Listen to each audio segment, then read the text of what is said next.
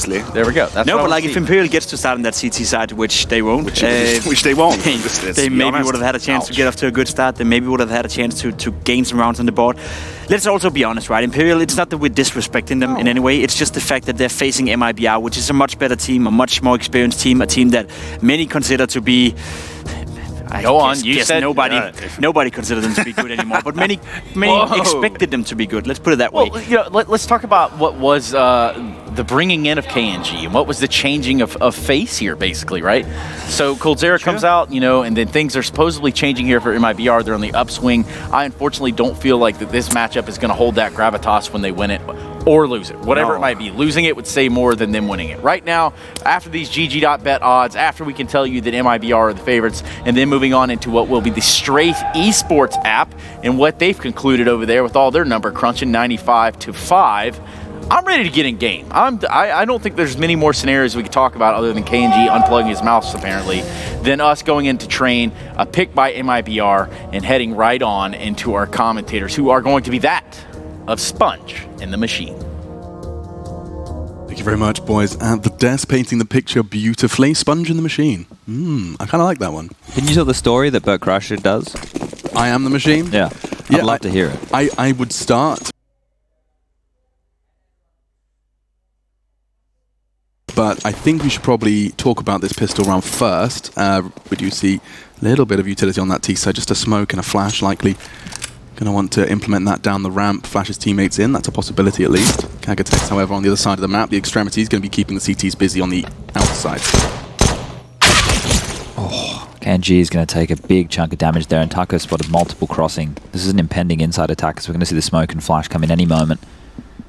Interesting, you're seeing Fer go for a big swing. He's going to get the information. Kagatex no longer committing to Ivy. A shake of his head, he realizes that that's a whole lot of information that Fer can now relay to his team. That might change things. Yeah, they're second-guessing themselves right now. You can see on the faces of the Imperial players, they're not quite sure where to go with this one. The smoke will come down the low ramp. Taco holding off on this grenade, but it looks like they're just going to wait for now. That's all the utility gone, and they haven't actually done anything with it. IDK will push on down. The nade will come through, but they're going back to yard. And still, CTs are present. It's going to come down to the fight, and Lucas, he's made a meal of that, but connects. One last bullet. Now Fer onto Kagatex. Finishes what he started with his push down Ivy. Doom out, looking to ensure this bomb does go down safely. It has, but at what cost? Just 2 remain. TGE, no Kevlar to be seen, and it's just body shots from KNG to confirm it. IDK has perhaps enough time. Unless Taco's on it, which he is. 10-second defuse, no worries though. And we will see MIBR find themselves that pistol round. Yeah, I understand why there was that decision to just throw that inside fake after the information was given up, because then you can use the information against that of MIBR. But Lucas hitting that last bullet shot, that saved them. Otherwise, the bomb train probably would have been overwhelmed. Fer would have still gotten that kill, but wouldn't have been down in a 2-man disadvantage so early. Just another quick B-Stream update. We were bringing you before the 12-3 first half from Invictus against Mousesports. Well, now the score is 15-13 in favor of Mousesports. They've bounced back in a big way. Maybe just slow starters in the morning. And looking to bounce back right now is Imperial with 2 Kriegs purchased on in, a bunch of utility behind them, 3 Deagles, and a bit of armor. Talk about this a lot. It is the big conversation in Counter-Strike at the moment. Kagatex makes that Krieg work so well. I'll smoke it off and look to have some access towards the back tracks. Fer at the moment is anticipating a boost, and he would be right to do so. Oh, he can hear it all. He knows it's coming. Just as the head appears, it's enough information. The spray comes in, and KNG does manage to find the equalizer.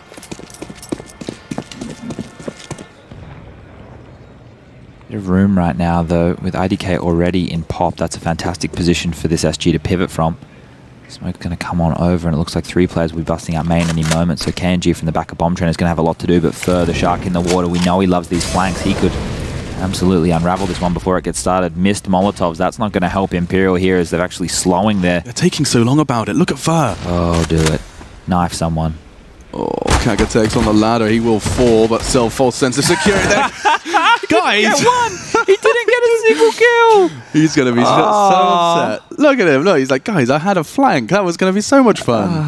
That could have been all 4 kills going in Fer's favor, but the rest of the team gets it done before he even has an opportunity here, and that's the force buy of Imperial being put well and truly in the bin.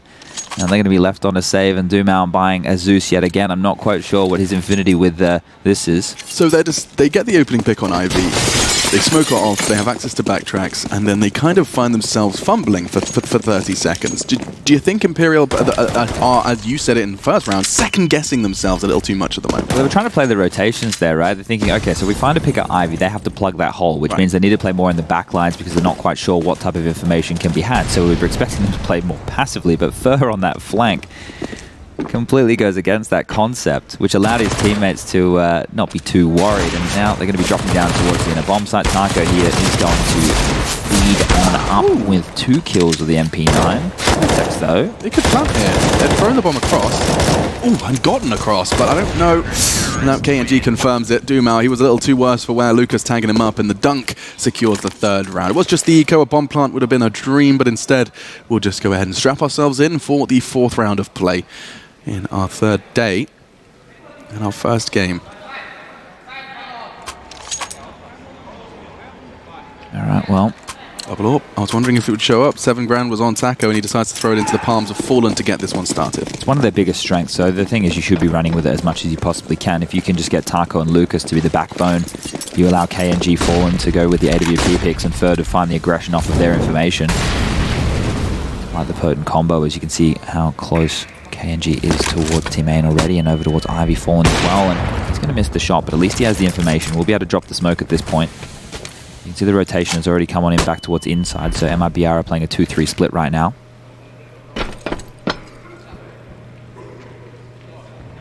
This is just a default spread from Imperial here as they are looking to pressure Ivy. When it's with Lucas maybe finding himself in a little bit of trouble. Doesn't want to overstay here. Oh, the Molotov moments too soon.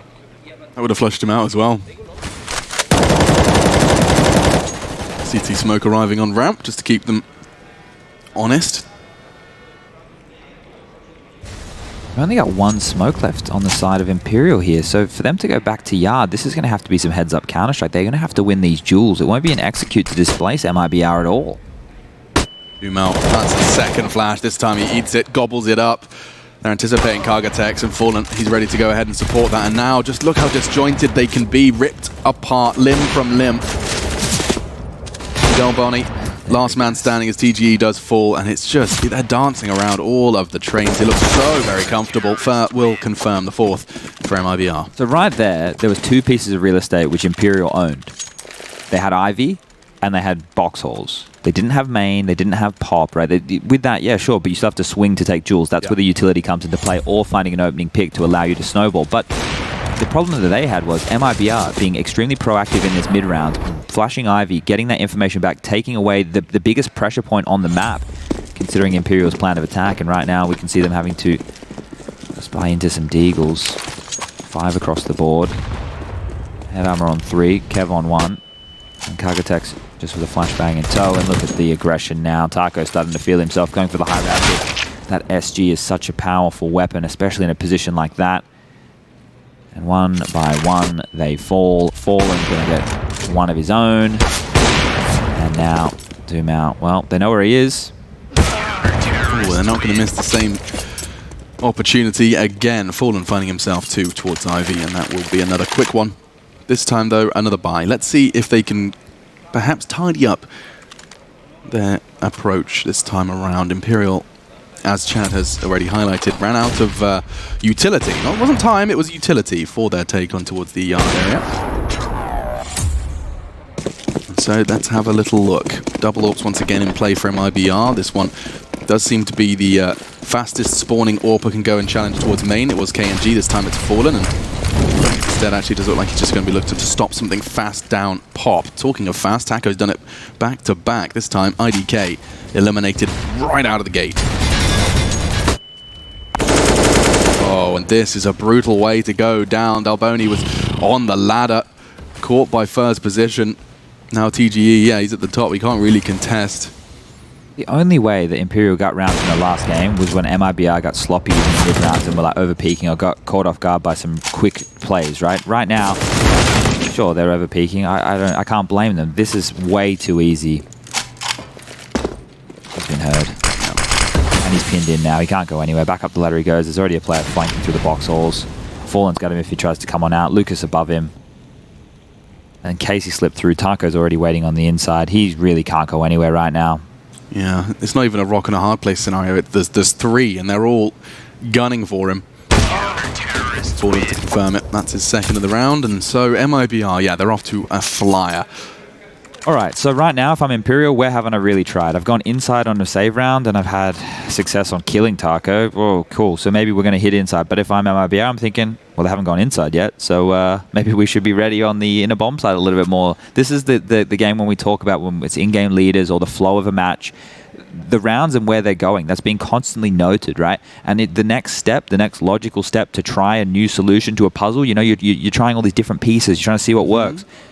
You have to think outside the box. This is where you need like a pocket strat. This is where you need some kind of execute that you've been working on that I talk about, or you need some kind of heroic play where you can do some opening smokes to the E-box smoke, the 5-lane smoke, get the flashes over, allow your players to have some space.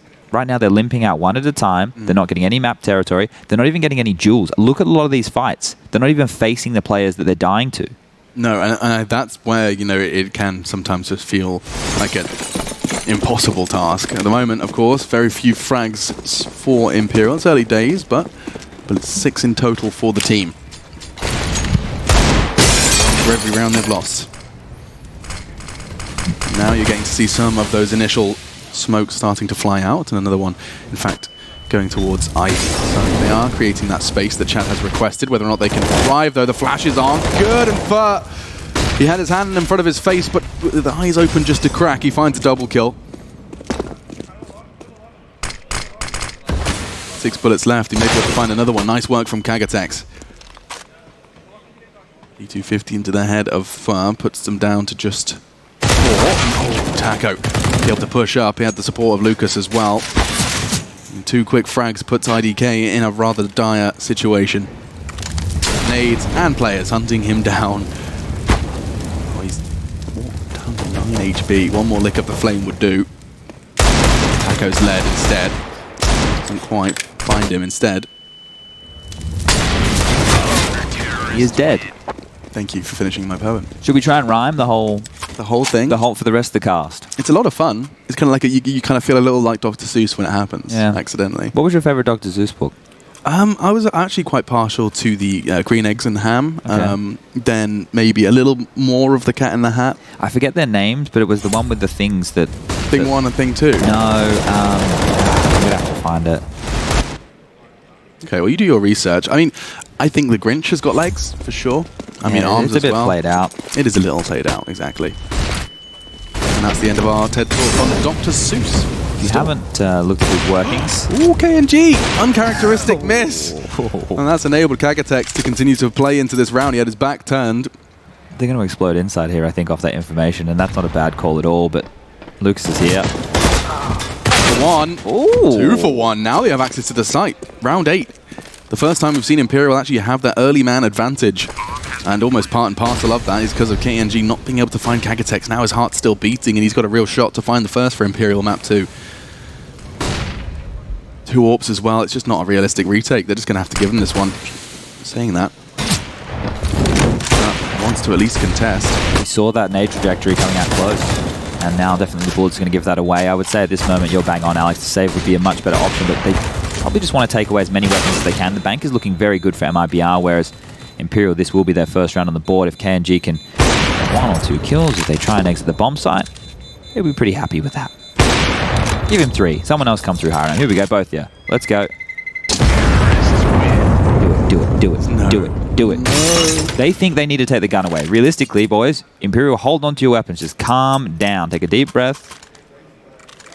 And right now, I can let you know that the double AWPs will be coming back on out here for MIBR. That missed AWP shot early probably wouldn't have had that much impact on the round. Even if KNG had killed Kagatex, they probably still would have barreled inside in very similar fashion. Obviously, the retake may have shaped up a little bit differently in that regard. Precisely. But I can't actually tell the future. What really happened in the past on most days. So let's see what happens this time around. It does appear that Inside wants to be the port of call once again. Kagatex over towards Ivy doing the same thing, trying to sell a default, and they're going to explode on Taco, but this time around they will be rotating over KNG, the king. He is here. Would you want to see the future if you could, though? Not at this rate. That's a yikes from me, dog. Taco does tag up Dumao on the cross. They are going straight up the lane. Could be received by KNG. A missed shot.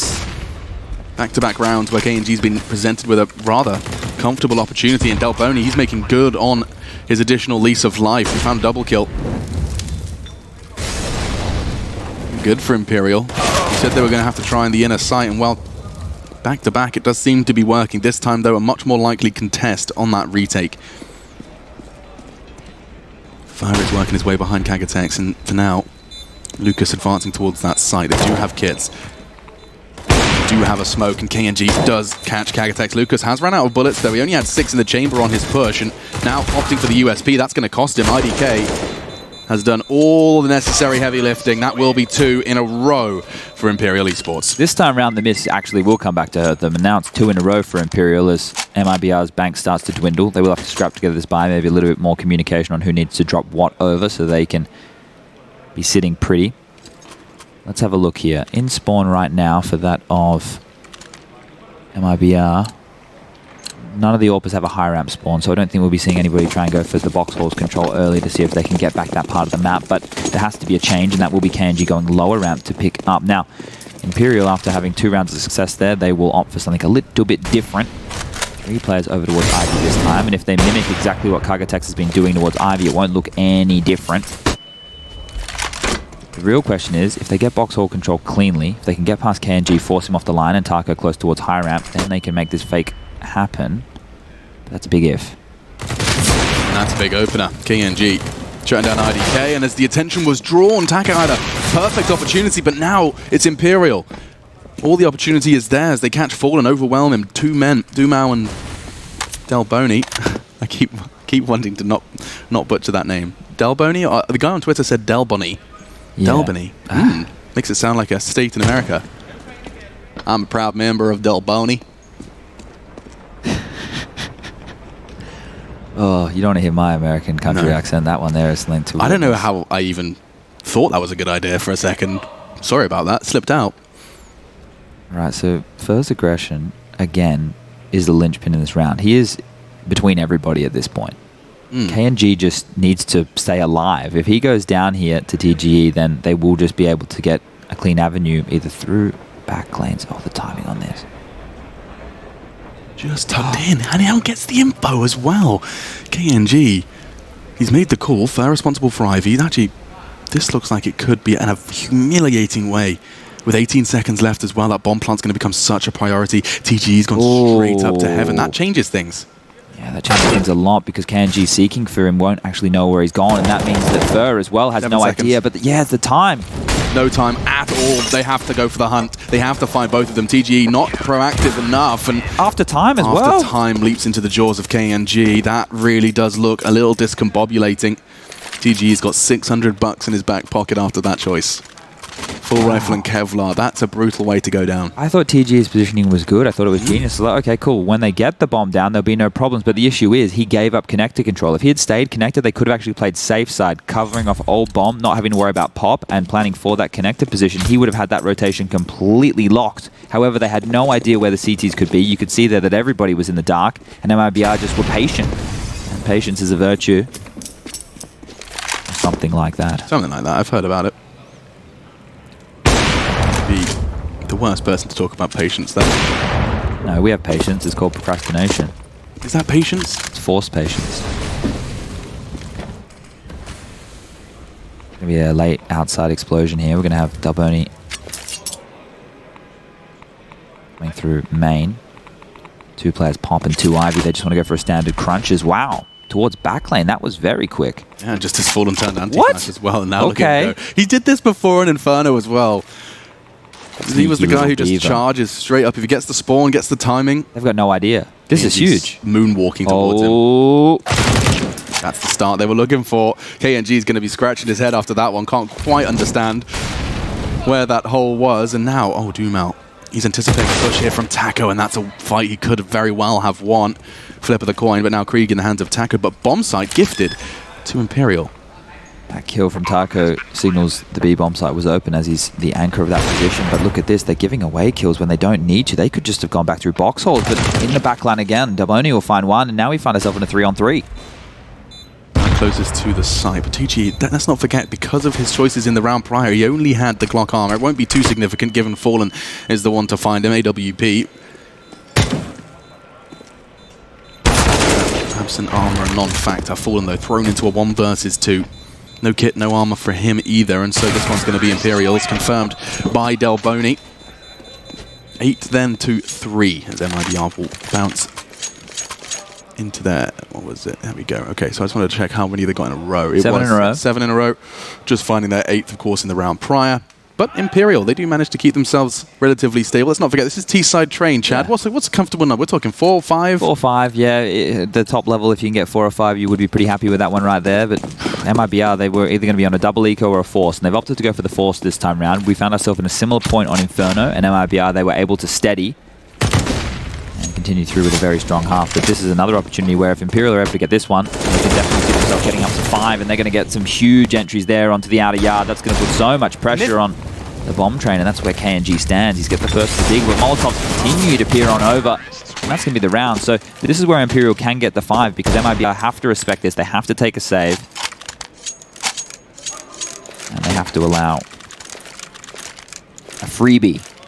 Everyone likes things for free.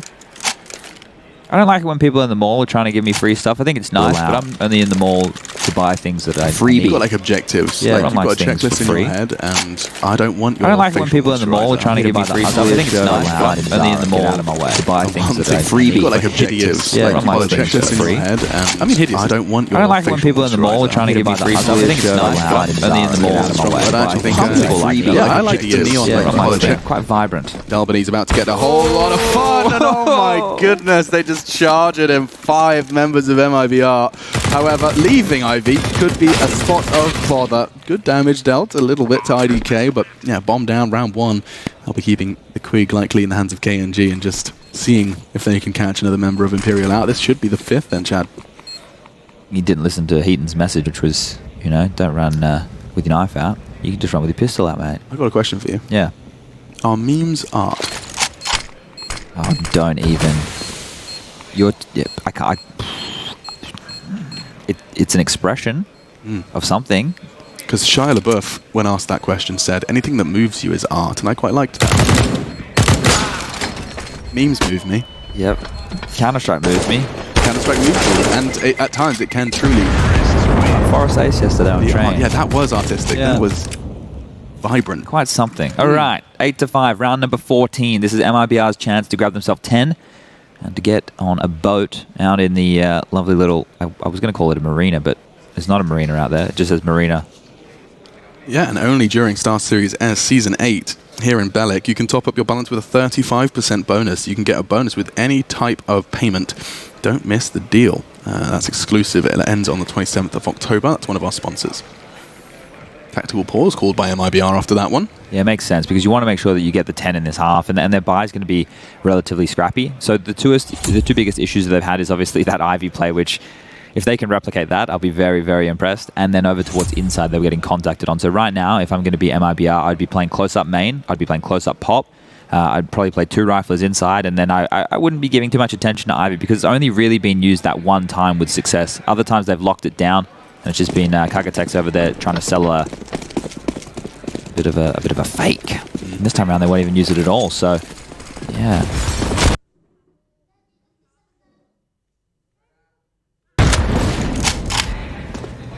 Does it? Fallen is going to be... never mind. Sets himself up with the smoke and tucks himself in on the gen, and so no information early. Saying that, that's not from Ivy, but Main, quite the opposite. They do push immediately in.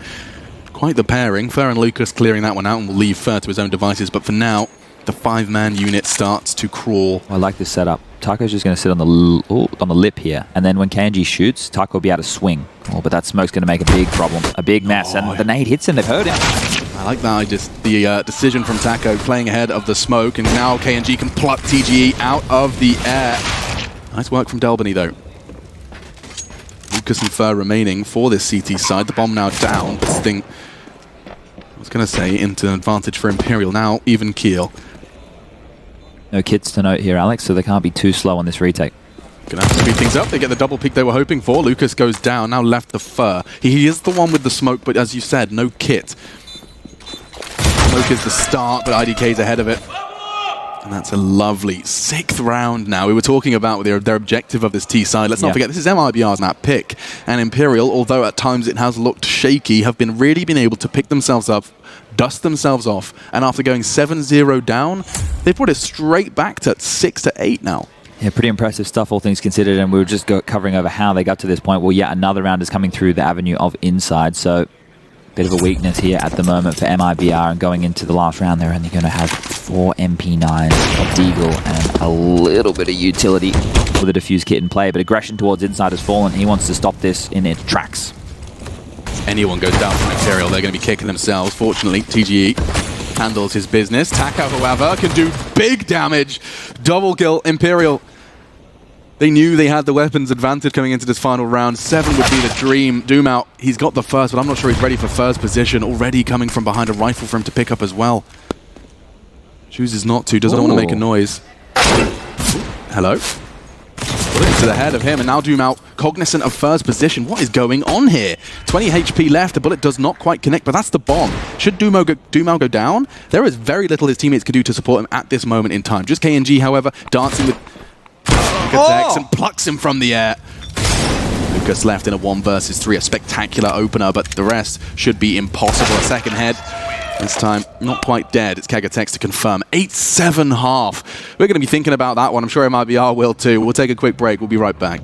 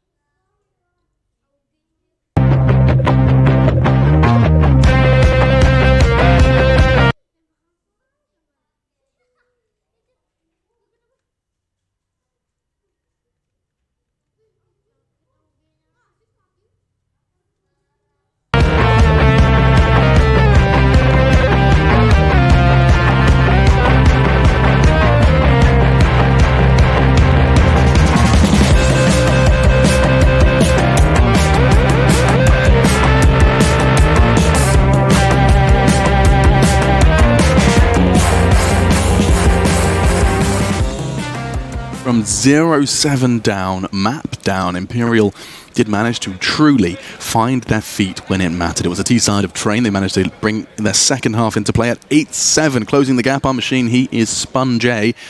Ooh, I really haven't said that in a while, and I know how much you hate it. Chat Sponge Birchill joining us alongside myself, Machine, and we are into our second pistol round of Train. All right, well, Fallen will be buying into the utility here. He's just smoking 2 flashbangs in his back pocket. TG with the kit and the smoke for himself. Let's see where this one ends on up, as it does look like Fallen is going towards main with 3 players aggressive over towards Ivy. This is going to be a flash to potentially getting one off the line, and it's going to land. It won't do what it's meant to do, and TG will drop the smoke, but the Glock's going to have no issues pushing through this. As I say that, they all stopped in their tracks. I thought they would have continued through. Taco, the only man to be a little bit brave, as Fer will find the opening, and TG just still trying to mitigate this push over here towards Ivy. Oh, they've set Fer up for this one. He's done all of the damage, and he's not done. Oh my God. 4 frags from Fer. Single-handedly winning them the pistol. A crucial one at that as well. T-side of Train. Straight out main. He's set up with that flashbang from his teammates, but it wasn't necessarily where the frags came from. It was all just firepower from Fer.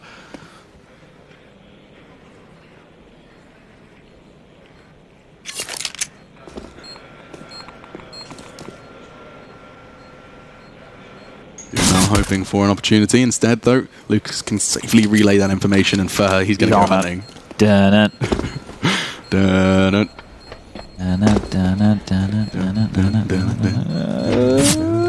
Oh, all right. Well, he didn't get the ace that he wanted. Dumao is going to do his absolute best here to try and hold on to his armor. Eventually, Fallen will take him on out. And MIBR put themselves in a very nice position here to carry forward with this first anti-eco. However, we did just see a scout getting picked up from Kagatex. He's invested into that one right there with a smoke grenade. See if the rest of his teammates want to fully invest as well. Deagle's coming out, so it does look like this one is going to be the all-in right here. Imperial thinking the scoreline is close enough to warrant this buy. Yeah, MIBR want to deal with this because 2 scouts on the board with the Deagles, the meat cleavers, also to be able to tag on down. You only need to get 2 hits with these weapons combined and you'll be finding yourself some frags. Nades toward the bomb train. Can't get anything done early, and they are just spreading out in the default. Need to get any early aggression, make sure that the CTs can't find any free information. But the biggest problem with this, when you are up against scouts, is because you are normally jiggle peeking a corner or swinging into a position to take a fight. They're already poised and waiting, and that's when you're going to get tagged on down. So if the scout hits 2 players, you know, you're finding them on 30 HP, you wait to the last 30 seconds of the round before you execute to a bomb site, that's where it becomes really, really scary. So the quicker the MIBR can learn that there are scouts on the board, the quicker that they can start making a decision of how to deal with this. Yeah, so at the moment that probe for information, as you've so beautifully framed, is underway. The clock is something that they're going to have to keep their eyes on because that's how these rounds do slip away. Now Fallen just going to be playing anti-flash, and that is the bomb on Ivy as well. TGE responsible for it. And this is such a hard duel to win. He's going to get 1 shot, 1 opportunity to find Fallen and the bomb. He has to be precise. He does. Body shots work and damage dealt to Lucas. They now know exactly where the bomb is and where Lucas is. Now tags are coming in. Taco and Fur both brought down low. Albany, a similar situation for him, but now the damage done. My goodness, they're all chunked down. You talked about this, and now with 28 seconds left, that's when scouts can do great work. Now the bomb is loose. If Dumao, if he can just survive a little longer, this bomb retrieval mission is going to get a little chaotic. 1 bullet will do for every single member of MIBR now, but spotted. Nice work from Fur, and they secure it, but doesn't stop it from getting just a little sketchy. Yeah, Fur's impact so far in the second half. I know we're only 2 rounds in, but that's huge for them to be able to just chill in that scenario, not to panic right there. We obviously have the GG bet odds on screen right now. Imperial have done a decent job of clawing back a couple of points in their favor, but MIBR now are going to go up to, or should go up to 11 rounds on the board because the full eco needs to be taken by Imperial. Zoom out once again. He must be one of those trolley type kids. You know, one of those guys that really likes getting under your skin because he's bought the Zeus yet again. Yet to see it be even remotely effective. We'll have a flash and has a TGE, and they want to use that over towards IV. There you go. Mr. Zeus, good to see you. KNG, happy to pick himself up $1,200 before being shut down by the USP. Bro, you can't use your Zeus from there. Why do you hate the Zeus so much? Stop being so It's nasty. pointless. It's pointless. If they ran down ramp and he's playing that close corner, that's a frag he wouldn't have got with his one pistol. kill, then he needs to hope that there's nobody behind that individual to trade. So he needs to hope that he can isolate one He's player. not getting a double kill, but you're not getting a double kill with a USP either. No, but he has to spend money on that. USP doesn't have to spend any money on it. He gets it for free. It's peanuts, though. You wouldn't get upset if they bought a flashbang, would you? Yeah, flashbang's more useful than a bloody Zeus. Right, well, I guess we'll just agree to disagree, as we say in England when we hate each other. And then sorry. Oh, damn you. You wanted that, You could didn't you? have so You wanted proved it, my didn't you? point. Yeah. I was going to go on a whole spiel.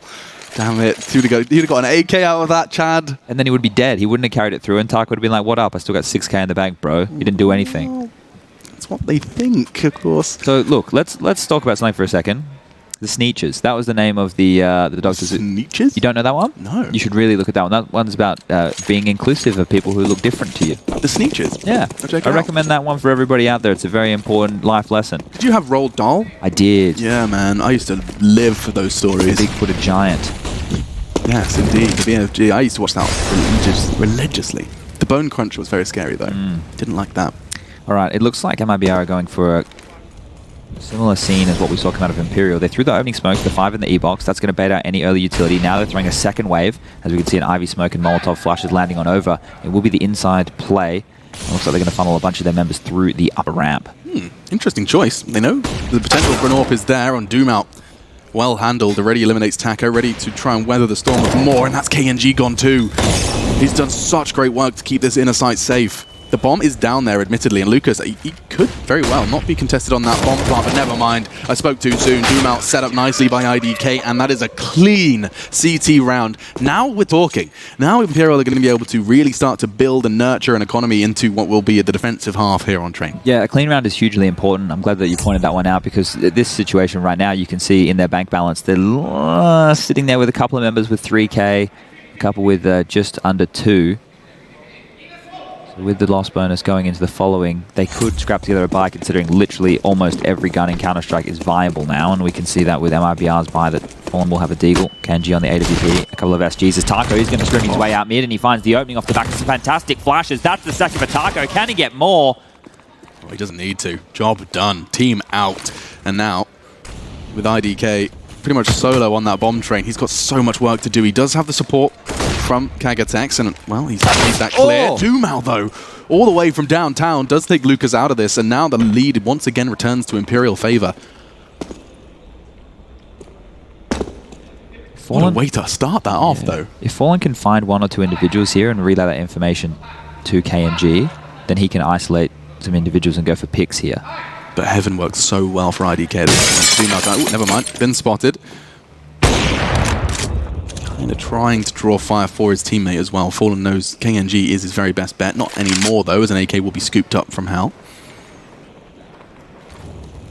Yeah, the nade's leaving IDK's hands, and he's just not ready for the green train fight, but neither was Fallen, it seems. Just damage done now. 40 HP for IDK as he will dig his heels into the site. You know where Dumao is as well. He's made no secret as he throws a magazine of lead through that smoke. 30 seconds. It will eliminate Kagatex. Now KNG's caught Dumao. They started to push, though. Very aggressive stance, and Kagatex through the smoke has been caught. KNG and Fallen up against the world, and they've won it. Unbelievable. They were thrown into, what was that, a 2v4? 2v3 after Taco found those 2 opening kills. Now, there was, for a reason, ladies and gentlemen, I wasn't just making noises. I'm getting old. That does happen. But that smoke that came down from KNG was perfect, because the bomb train setup that they had to go for after IDK had that battle, he couldn't face towards cutout. That means the connector player was covering his back of bomb. As soon as that smoke landed, it applied so much pressure. He can't cover in front and behind unless he has eyes in the back of his head. And, well, I don't know if that's legal. Yeah, and KNG, of course, not only doing the smoke, but also holding that line towards the old bomb, making things very awkward. These opening smokes keep coming on in from that of MIBR. They're loving throwing this 5-lane smoke. And the reason for that is it obscures vision to allow you to get players out into the Olaf position. Now, even if you don't get a player out into Olaf, the CTs have to respect that. They have to clear it. They have to make sure that the position is looked on into. Maybe an Ivy play here as they get closer through the smoke. They're about to foul. Flash comes through, and Lucas finds an opening yet again. Nice work. Albany firing a shot to try and mask his drop, and wow, works out wonderfully. Fur falls as well. Lucas, similar fate for him. He's been brought down to 10, Taco 9. And this is a 2v2 with a clear favourite. But with a bomb in Kagatex's scope, with Dumao there to support him, this should be impossible. Lucas falls, putting it all onto a very low HP Taco, whose position has been known, spotted, and now presented with both of the players. Unfortunately, couldn't quite find the beautiful double one tap, but instead that will be Imperial's second round on their CT side. Now, here's the reason if I'm MIBR that I would be considering a buy. Sure, Lucas with 3100, you've only got Taco. Yeah, he's dropped it over. So I would consider going for a buy, or at least some kind of an upgrade right now if I was MIBR. And the reason for that is because they only had 2 players living on the other side of Imperial, right? Their economy is teetering. Now, obviously, with the new system, not as much pressure. It doesn't have the same... There is pressure. There is. It doesn't have the same gravitas as what previously Fallen's doing a Taco. Yeah, and he's already going straight out. My goodness. Given the fight he was looking for, though, and that's the rifle gone. Risk avoided. And weapon gone. So that's the big problem with a play like that. If you make the kills, it looks great. If you're not able to get anything done, then... Oh, they have been able to scavenge it. KNG, the man of the moment. Top of the server right now with 23 kills to his name, so if he can make some magic happen, I wonder if that was part of Fallen's kind of thought process as to the super wide swing. Yeah. Because he did go all the way, like almost practically into beheads IDK. They're going to have to cross, though. They don't have the utility. It's going to be a test for Dumao. He has got the time, and Taco's helping him out as well. Just finishing off what his teammates were doing. Taco can get that bomb down. So that's something. Certainly wasn't a full dream realized for MIBR. And this will be Imperial's double digits. That's almost for certain. Can't see Taco just yet, but should be enough. Last man, just Lucas with his P250, and he's going to get hunted down. And so, yes, Imperial are making so much better work here on Train than they did on their own map pick of Inferno. That attempt, perhaps even at a punish pick, as you framed it, Chad, did not go to plan. Quite the opposite here, it seems, on Train, a map that MRBR. And I think the way Maniac framed it on the desk was he said, you know, the results are what they are, or the teams that they played so far on Train are what they are, but it doesn't stop or detract from the fact that this has been a very good map for the MIBR boys. Yeah, a lot of the time you can only play who's in front of you, so that's a big part of how this one all boils down. Now with the second round monster bonus coming in for MIBR with that plant, they have, I'm not going to say a surplus of money, but they have a little bit of extra cash that they can splurge. You know, they finished the week, they were good, they had a little bit of a bonus, and now they can have a couple of Deagles, P250s, and an inside rush to follow. They send Taco in well ahead of the pack. Now the flashes arrive, and so does Dumao. Okay. All four, no worries, and he's looking for that ace. A nice quick one. He has certainly been somewhat of a beacon for his team. Quick round's a good round. Certainly is if you're an Imperial fan. Now we'll see the buy come out from MIBR with the score sitting at 12-11 in favor of, well, the flagship Brazilian team, I suppose we could call them that. This is a pressure point in the game. What do they have? Now, they have been throwing those opening smokes, but haven't really used them. So let's see if this time when the 5 lane and the E-box smoke land, that they initiate onto the yard. Or will they simmer down and continue to play this one slow? On screen right now, you can see CS Money, one of the supporters, one of the sponsors of the event here at StarSeries I-League Season 8. You can head on over to their website and check on out what they've got going. They actually have a code at the moment where you can get 35% bonus. But remember to gamble responsibly. I just say that with everything now, Alex. I just want to cover myself. Look, I could talk about Secret Lab chairs, you know? Gamble responsibly. Yeah, gamble responsibly. It's a disclaimer. That's safe, yeah, for sure. But I wanted to ask you, I think I'm in the market for a new mouse pad. Okay. I think it's finally time. All right. My QCK Plus kind of feels like you have it's the heavy or the plus? the heavy. Okay. It's like the big chunky one. Yeah, what's wrong with it? We live in a very humid place now. It feels like my mouse pad has got like maple syrup on it or something. Yeah, it's humid. Oh. Yeah, that's what happened to me in Australia. Oh, it feels really weird. Yeah, like it sucks. I can't game anymore. No. Okay. Welcome to a warm climate. Oh, it sucks. What do I do?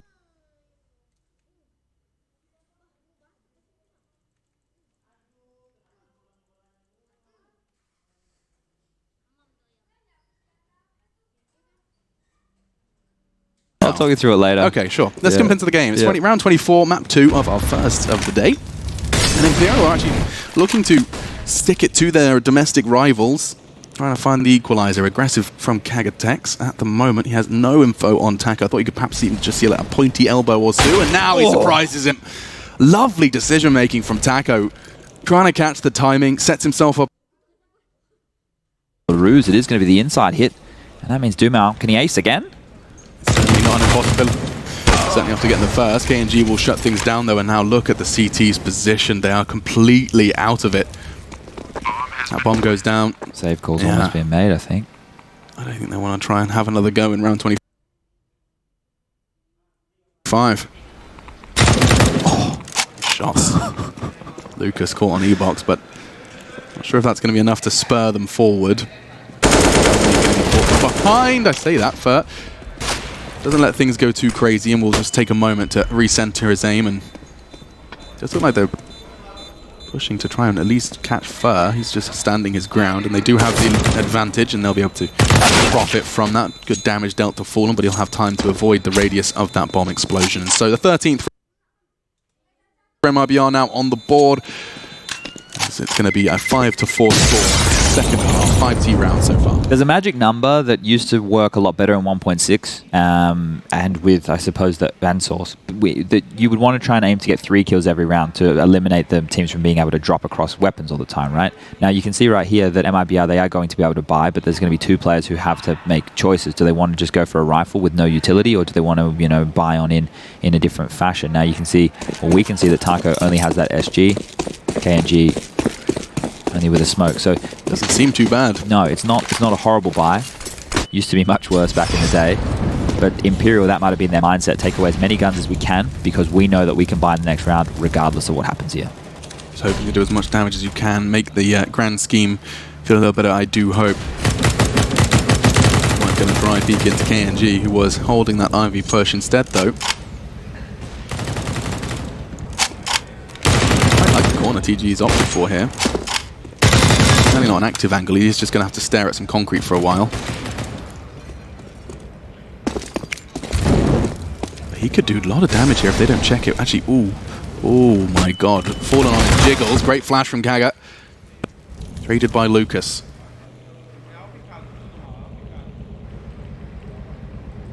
Now they got the info that the bomb was there. They know Lucas is likely going to be going on a retrieval mission. The timing could not have been better. Just as the pin was pulled. KNG, however, has completely solved that issue. He's managed to open up Ivy exactly when his team needed him to. That could have got really dicey had KNG not relieved that pressure early. Now they know, well, one player's sandwich, one player's in pop, and they have the bomb in hand. With 35 seconds left on the clock, assumably Doom out still towards that inner bomb site.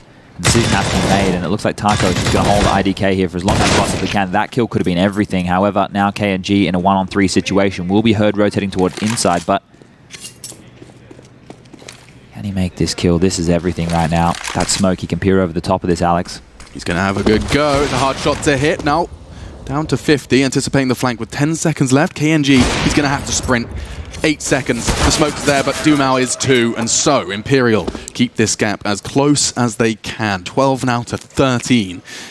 MIBR looking to stay undefeated on this map. Train, of course, yet to drop it. A win versus, I believe it was Furia. I was having a little look. Yeah, Furia, Game Legion, NIP, and Na'Vi. The results so far here in the closing stages of 2019. You know, usually we don't like dwell on a one kill, and I'm not dwelling on it. I'm just going to talk about what could have been different. If Taco, it's a very difficult kill to make down pop. That's one of the hardest kills I think that you can make on this map. But if he was to get that kill, what that does is it gives him 2 avenues. Dumao will have to be forced to rotate back towards inside regardless, and they could either both come out of pop dog and try and swing wide on that E-box position to get some yard control, plant the bomb, or both go inside, trade 1-for-1, and give whoever survived a chance in a 1-on-1 which is winnable. They want to try and get that bomb down, but Lucas, he can't even take the risk. Instead, tries to throw it into his teammates' hands, and it's worked out wonderfully. Draws their fire, and Taco does get that bomb down. Delvini was playing so safe. Got some extra cash in the pockets of MIBR. The loss bonus of MIBR is going to skyrocket up to 3 now. For those of you who don't understand how that works, that's going to be $2,900 in the bank, and they're going to get the bonus, of course, as well from planting the bomb. So there is more than enough money right now to be purchasing.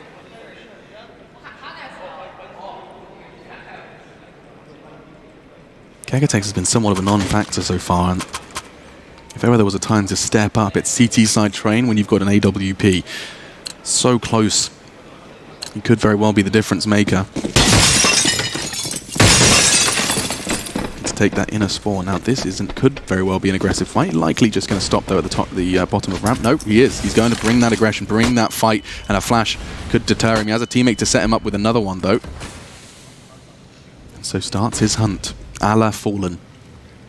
This is very brave considering the context of this round right now. Ooh, it's a leg shot. That's just not enough. You hate to see it, really. Gets the connection, but Taco, he is going to not only survive that AWP bullet to the knee, he's going to find the frag and recover the AWP. You can see what that's done to the CTs, right? It's forced them to play a 2-2. They've had to rotate members over to make sure that the foxholes aren't under immediate threat of an execute. They've played very passive in yard in case they are to receive. They can wait for the rotation. We've got one player deep in towards the back alley of TGE and then over towards the bomb train Delboni. So he has the lion's share of information to gather here. 2 positions to basically watch on his own. And right now, MIBR are setting themselves up for a late outer split. 1 player Ivy, 2 pop. And 2 towards main as the bomb will be picked up with 45 seconds remaining. This hit will come in momentarily. Taco's smoke will land over and cover off the sunny side of Ivy. IDK, that's a pretty prime position. Get them on the cross out of main. Unfortunately for him, the bullets didn't quite convert. 30 seconds, and there's a slight gap for Taco as he gets his second frag. He started this. Now he's taking a step in the direction of closing it. 20 seconds though. That bomb does have to go down. KNG is going to be responsible for that. Or perhaps just eliminate all of your opponents. That works too. Just leaving Doom out. 2 quick frags, and well, with bomb down, that looks like the 14th is a guarantee for MIBR. They will now be 2 rounds away from closing this out in 2.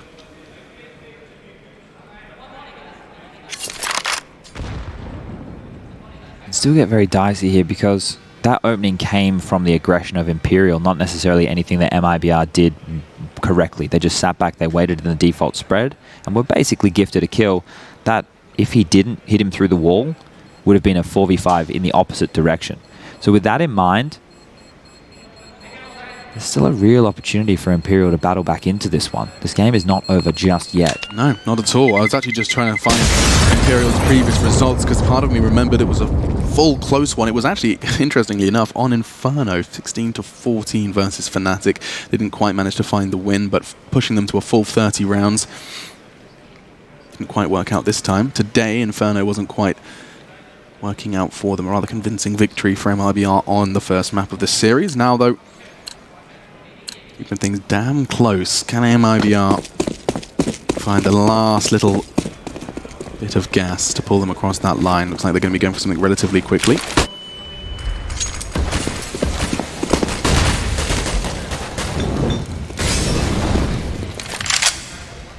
First smoke here operates in 2 ways. If a Molotov came on in, it would have given the opportunity to still push out to Olaf like he has right now, and with this amount of room that he has, if it is an inside hit and he is able to lurk... There's 4 CTs. I have no idea. So deep on the outer sight, and it's all going to come at once. Doom out. You have to survive. You have to find more than one. It's a sad reality for him. Just a flashbang and 35 points of health will give it his best shot. Bomb yet to go in. Now the utility will arrive, and Lucas already pushed up. Wow, Davoni completely unawares for that one. So are MIBR, and Doomau, he said he had to do more. That's a whole lot more. Remember the flank. Forget about that. KNG, however, onto Kagatex. G should have a chance on towards Fallen. His teammate's done it for him. Now, what's the situation here? A smoke, no kit. Gonna have to go for a full 10 seconds of that flank you were talking about. Finally arrives. It's Fur, and 5 seconds. He's gone halfway. They're going to try and slice and dice, and they do just in time. MIBR will find the 15th. Yeah, Fur was the contingency plan right there. The only way that went against them if there was a defuse kit and they were able to accelerate that whole process. But unfortunately there for Imperial, that was not to be the case. And right now their money is put absolutely in the bin. It is looking very dire here. We saw towards the end of the first half for MIBR, they had to scrap together 4 MP9s and a Deagle. Well, it's even worse for Imperial. We've got 2 CZs, an M4, an MP9 and a Deagle. No defuse kit once again. A very light scattering, peppering of utility here as MIBR are now poised to take this one. They don't have to rush it. They don't have to do anything too crazy. Imperial will make a mistake. This is back when you call, all right, boys, let's just hold and wait. Instead, they popped on out. Worked out exactly how they needed it too. Takes onto Lucas, gives Imperial a chance. He's going to get pushed as well. Now he has the bomb, and he has a real shot. Taco trying to draw fire. In pursuit of a weapon, he's perhaps given MIBR a way back in. KNG, quick 3. And we do have a 2-0. Solid resistance on train, admittedly, from Imperial, but that is 2 losses, and yet to be able to push any of their opponents to that third. This is going to be good for MIBR and their confidence going forward. You know, for the first round to be very quick. This one here, sure, they had the battle back in, but it didn't look like they were getting shaken in too many moments. KNG really coming into his own over both maps. 31 kills in the second Fur as well. So you have to look at those 2 individuals. They had a stellar series right here. Now, not against a top-tier opponent by any means, but a win is a win, and considering the rebuilding process that MIBR are going through right now with all these changes, it's very important. Yeah, I mean, every win will be, and of course, you know, there is certainly a whole lot of respect and love given the fact that MIBR, those players have been exactly where Imperial have been. Excuse me, yes. I didn't quite nail that, but you understand the sentiment. They're idols, you would probably say. You know, you have these guys, they've been the face of Brazilian Counter-Strike forever now. And look, if you're a team like Imperial, you get an opportunity to play against them at any point in time. It's probably something they're going to remember. No doubt about it, yeah. And I mean, the memories, it's not necessarily all just, you know, sunshine and rainbows, and it's not all like just sweeping statements. It's also it's also an opportunity to truly learn in an environment that you otherwise could not replicate against teams you are never going to get to meet on a daily basis. I've been using this a lot lately because there's been a massive disparity between like levels of teams at certain events, and it's all about this whole Super Bowl situation. This is an Imperial Super Bowl. For MIBR, it's maybe not. Well, for them, you know, it's not their Super Bowl. Maybe what's I don't know American sports. You can't use an analogy, and then if you want to expand upon it, yeah, okay. Well, we're going to go ahead and do some research on the Super Bowl, or the Superb Owl, if you want to frame it like that, and we're going to head over for an interview. What is going on, everybody? I'm currently on the floor with Wilton Zeus, the coach of MIBR. Congratulations on the win. The first question I want to ask you is, have you had a chance to reflect on the marathon of a game that you had yesterday against Renegades? Yeah, thanks. Great win today. Yeah, we reflected on the game. We saw it was such a close game. It was really a marathon. It was a great game to be a part of. It's just one of those that you're happy to play in regardless of the outcome. Of course, we wanted to win, but it really was down to so many timings, a few bad decisions that we made, and we had up for grabs and all. Even in this too, Inferno could have swung the other way for sure. So I think it really does come down to a little bit of unluck, some lucky stacks from them, some hesitations to play on our side, some 5-on-2, 4-on-2s, 5-on-4s that we didn't convert that we should, just because communication's going on and we end up losing the kills and letting a situation reverse. And when you're playing a good team like that, you can't. So we learned from it. Won't happen again. And then after that, moving into today, you find out you're playing against Imperial, one of the other teams from Brazil. What were your initial thoughts? We know them from Brazil, of course. We played in the same circuit as them back in the day. They have some new players, so we show the respect that we should. We studied them. I made a preparation that I passed on to the guys on how we should play on Inferno and then train, because we knew the vetoes was pretty obvious for us this one, and we just had to play our game. And train unfortunately got away from us a little bit. Two bad rounds on B where miscommunication as well happens between the players, and then some timings where we don't think the guy can be CT spawn and he can. Turn a half that was going really easily. On the other one, momentum comes down, and T side we just had to grind out some rounds. So I mean, Inferno was pretty clean from us. It was pretty clinical. It's getting better back in our pool at least. Talking about vetoes, the one you have on your team, KNG, looked like he was in really good form over that best of three. What can you tell me about KNG in MIBR? Vito, he's just one of those personalities. He's really strong-willed. He doesn't let himself get down. He's always positive, pushing forward, and he's a monster. What can I say? He's really good. He's a second op, and he just pulls responsibility on himself in this situation. So it's really good having him on the team. He's, like I said, his personality, I think, is one of the biggest things that he has. He just brings the team union up. He helps handle problems, and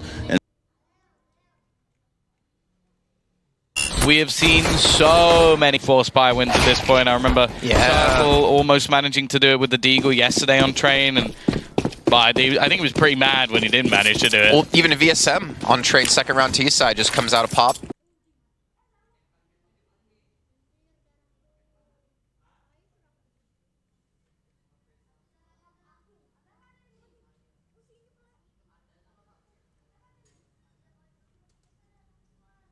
Mouse Sports, and once again pushed up, throws it. Roxic rather getting tagged, and Flying will clean up that round. It's Invictus 12-10. Only a half buy for Mouse Sports, as now the money is back in play, but they won't have the AWP.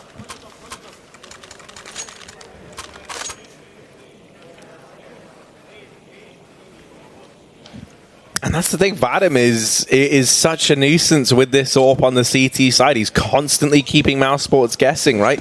The round before last, we see him take that early peek in towards the upper halls. This round, he's already at that A side of the map to shut down that attempted fast play from the Mouse side.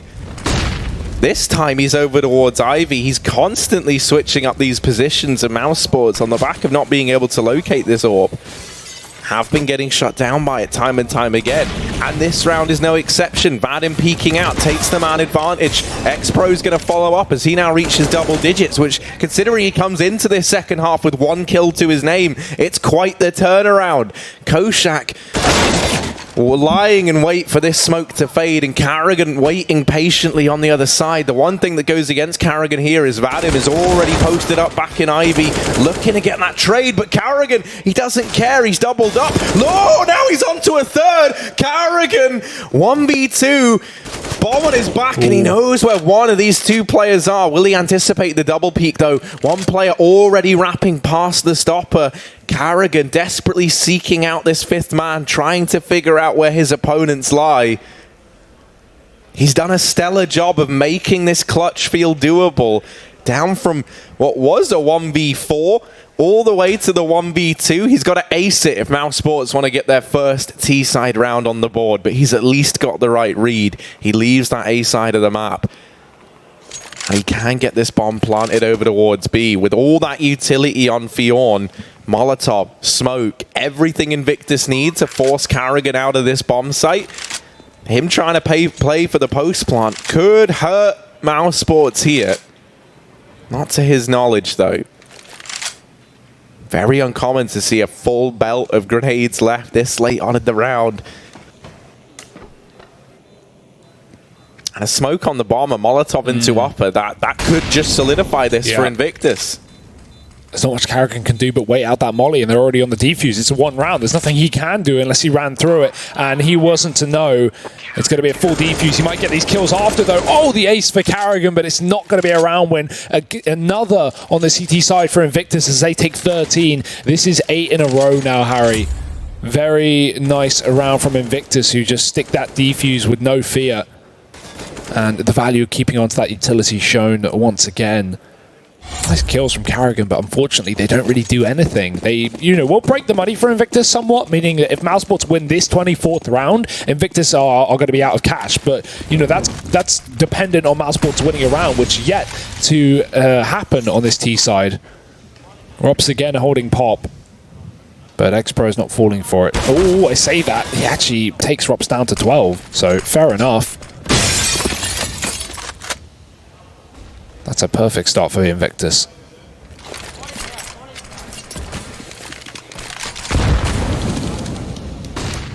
Oh, Vadim waiting for these main peaks. Mau's able to get out of there and cross in that one moment that the AWP had rotated away. So they didn't realize that everyone for Maus has left main.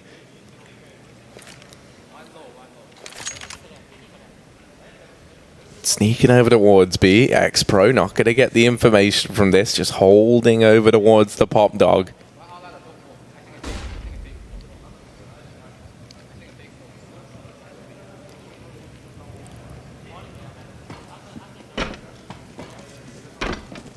Flyer just jump peeking for the information. Now he sees that they're down rampant. For Invictus, they've rotated 3 players into this bomb site. Koshak, the one to try and hold the line. Rob's going to remove X-Pro with the AWP. Koshak's been deleted as well. And that AWP in the hands of Rops, coming alive. Despite getting tagged down to 12 points of health early in the round, he still found a monumental amount of impact here. And now as they've finally done it, they've finally put this first round on the board. They've ended an 8-round streak that Invictus had put together to now find themselves in the lead. There's no better feeling than being given the AWP as a non-primary AWPer for the team. Even if you are low, just taking it midway through a game, it can really give you a whole new way to play. And Rob's finding 2 kills off the back of it. Just the refreshing factor of being given a different gun that he's not had to use all map long can be everything for an individual. And Robs gets 2 kills, putting Mousesports on 11. CT timeout, and yeah, now Harry, we look back to that ace from Karrigan. Even though he lost the round, now it has monumental impact because this scoreline is close and Invictus are out of money. They're on a tactical pause to work out how they want to spread this cash. We could see them force buy around this AWP and try and put together a something here and break back Mousesports, but really there's no easy option. They're going to be on pistols alternatively. Or maybe even regardless, considering how low that cash really is for the CT side. Not going to be an easy situation. by any means of the word. And they will decide to force. Yeah, it's pistols either way, so may as well get some armor behind them and have a bit of chance to throw that AWP around. Vadim is on 22 kills, second in the server to Karrigan. Heavy stack on this A site as well. The AWP is here, and it's already found a tag. Frozen gets put down low. He runs right through his smoke, though. Ballsy, this Deagle could do everything through the smoke, but he doesn't want to give away his position, hoping they come his way, and they do. Koshak grabbing a Kree. This spam. Oh, he's playing with the RNG, not getting anything done. Woxic and Chris J on these guns, picking up frags left and right, but Vadim is making this AWP prove worth its weight in gold. 2 kills as he gets put down low by the Molotov. Now last alive is just Vadim. Got to deal with Woxic, and that's easier said than done. Mousesports, 12 rounds. They deal with the force, and now as a result, they get to deal with an anti-eco. This should put Mousesports up to 13-13. This has been a strenuous game, Harry, but they might just be able to take the advantage back.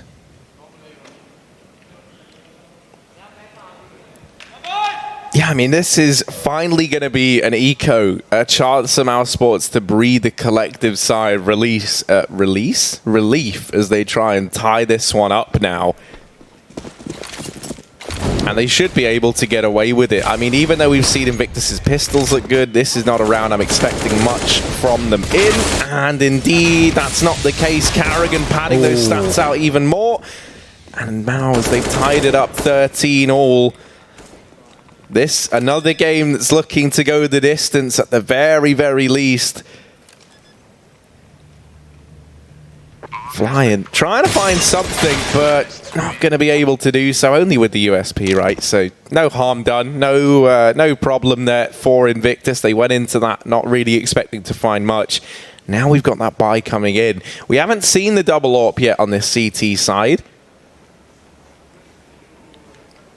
I'm wondering if maybe we see that get bought out now. But honestly, I mean, with how fast Mousesports have been playing in towards this A bomb site and with how good this wall of smokes has been, yeah, I think you'd rather have X-Pro on that M4.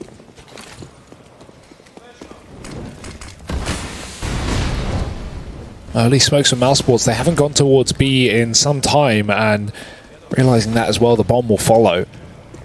These early smokes keep Invictus in position, but most importantly, force out utility, which will no longer be there for the retake. Woxic, he's just gone right down ramp, and T's walking out onto this bomb site. The molly keeps flying in position. He's going to try and play around that smoke, could spam it, or just go through it with a flashbang, but he's blind, and up for the chopping block here as more utility reigns in. Karrigan spams the smoke to great success. There's an AWP coming through connector in the form of Vadim, and Karrigan needs to be careful. Good nades from Mousesports. They're keeping Invictus on their toes, but Koshak sending back a return fire. Karrigan getting aggressive, going down. This bomb only just getting planted despite Mousesports having the site for a significant amount of time, and that's given time for Vadim to move up. Fjorn getting picked. Vadim won with the AWP, and Rops is pinned in. He's got nowhere to move. He's got to wait for this flank. Chris J is coming out, and this could win the round, but Vadim turns, and Invictus are going to pick it up out of nowhere. Great awareness from Vadim. What a reaction onto that flank from Chris J, and 14 rounds taken first by the Chinese and Russians.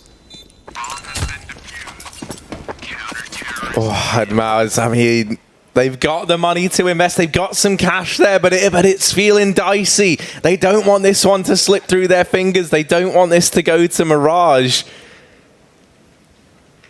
And the panic may be setting in a little bit now. That reality does not seem too out of this world at this point in time. The lead taken once again by Invictus.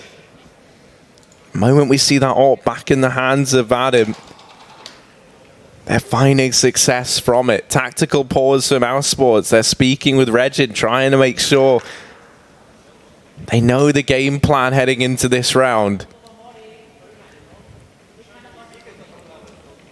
And that's the thing. One thing you've really got to give props to Invictus for is just how good these retakes towards the B side of the map has been. Yeah. Think about the amount of times we've seen Mousesports get the bomb down there, get that bomb planted, and sometimes even have the advantage in the post plant. And Invictus, they always manage to get it done. Now we see that double AWP come through. X-Pro going to be donning that alongside Vadim. Mouse setting up for what looks like the fast B play with Woxic to maybe come in late through Ivy. He's only got that AWP though, so definitely not ideal to come in on the lurk with. If he can get a kill, oh, there it is. That's a huge opener. That's Vadim dead. He's been the best performer here from Invictus, but not only that, it's putting so much pressure on. Look at Woxic and look at the rotations he's drawing. X-Pro has gone through CT with that second AWP to try and make up for this position, and Flying is now alone on B. He misses the smoke. He's gone blind, and Rops is just going to find him from the upper. Mousesports all over this B site. Invictus, they've got to consider a save at this point. It's a 3-on-5. They're out of the site, and they're likely out of the round. Rops looks to make that so with a flank. Carrigan getting caught by Fjorn up Pop Dog, but look at Rops, he's in CT. X-Pro aware of the possibility. Rops not wanting to overstep the mark here after losing Carrigan and giving Invictus a way back into this round, but he might not have a choice because this AWP is ready and waiting. Still though, 3-on-3 and the time is ticked back for Invictus. They've got to save. They've got to hold on to this double AWP, and Mousesports are going to be making this a 30-round game once again at very minimum. I feel like this one's got overtime written all over it, doesn't it? It does feel that way. That being said, though, if Mousesports win the follow-up round and break the money of Invictus, they're going to have, you know, an anti-eco essentially going into round number 30. So there's always that to worry about. Invictus do have decent loss bonus. They have 4, but even so, they've got to spend pretty much everything here just to facilitate that full buy for round number 29. So, you know, if Invictus win this round, Mousesports can buy. If Mousesports win this round, Invictus are out of cash.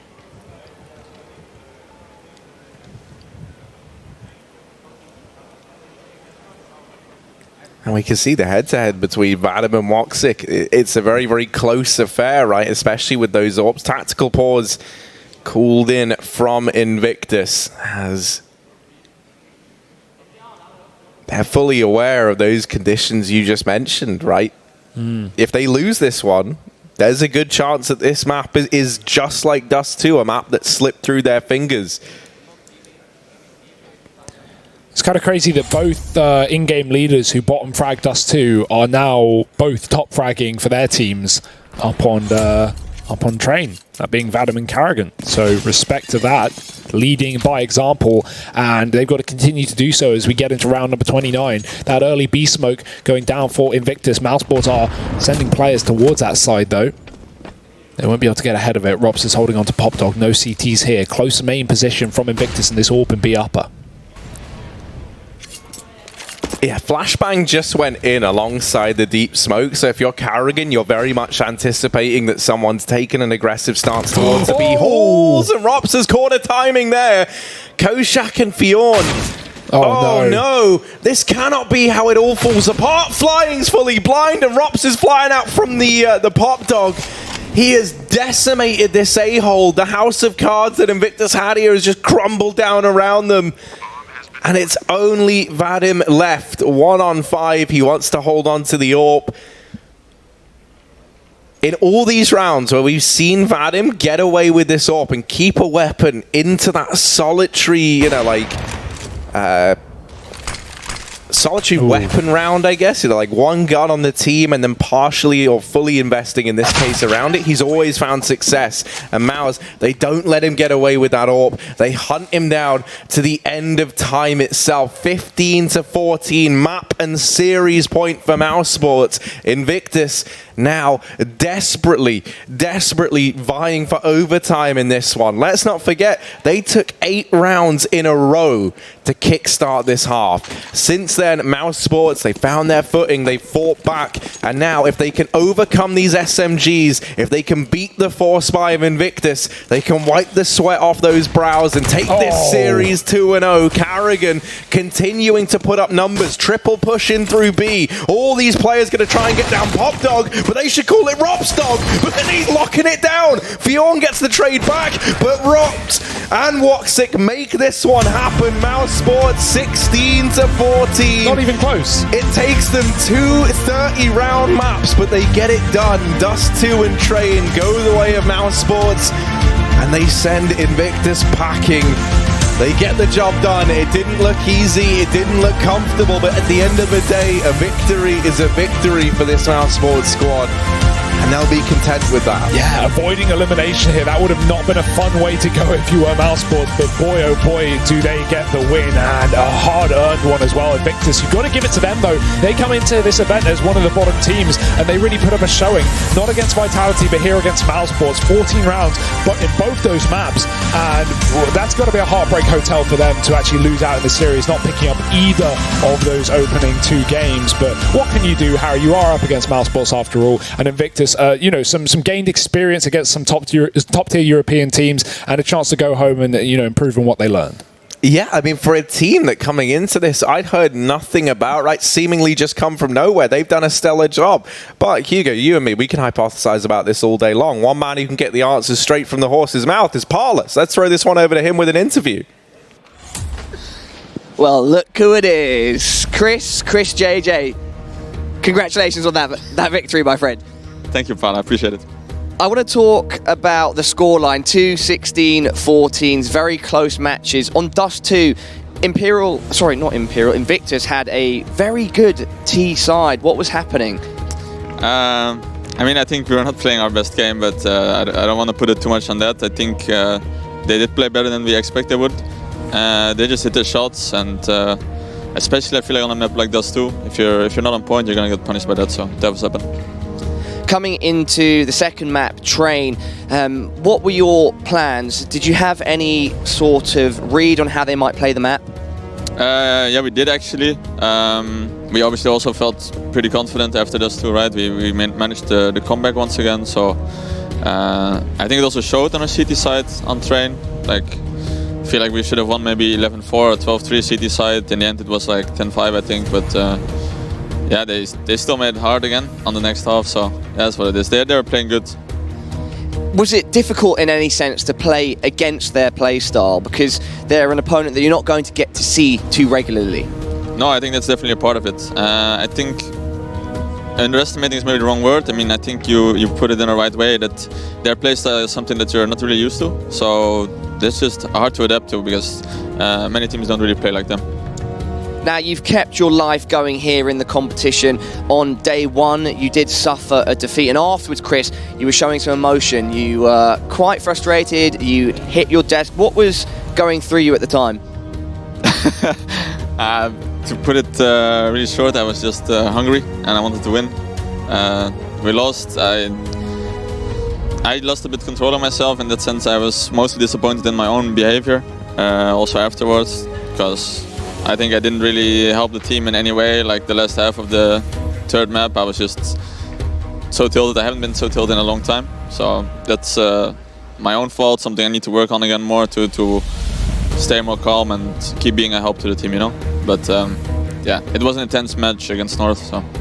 So in that sense, I think you're looking to turn that hunger into some fire to continue pushing you through the rest of the tournament. Yeah, that's how it is, man. That's what's up.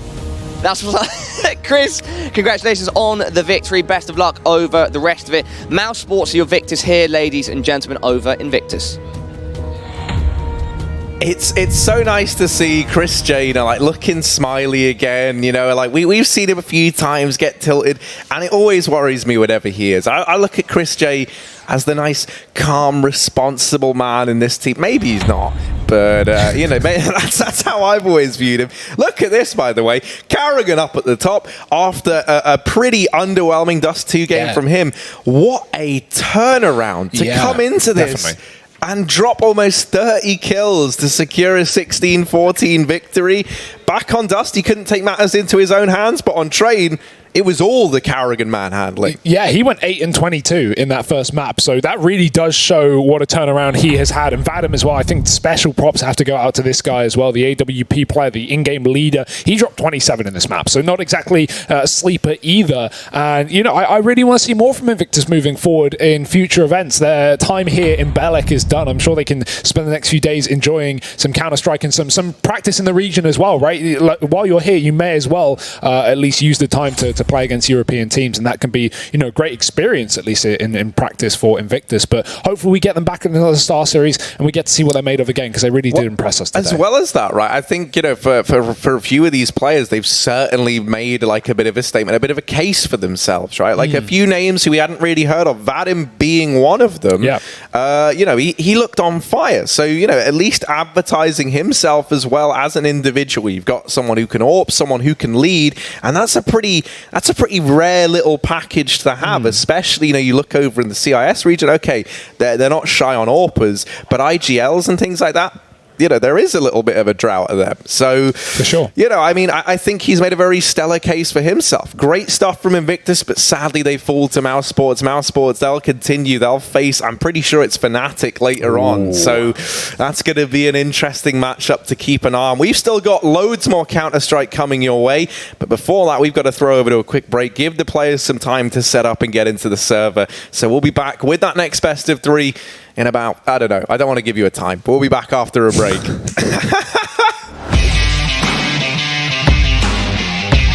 Charge up your game with excitement. Highest odds on the market.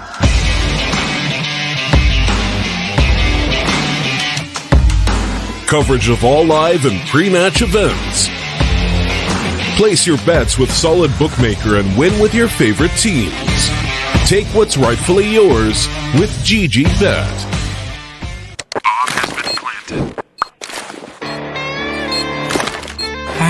Cool, right? Want to know where I got it? Well, look, go to cs.money. It's a trade platform and a marketplace at the same time. Just choose, click, and get. Good luck, bro.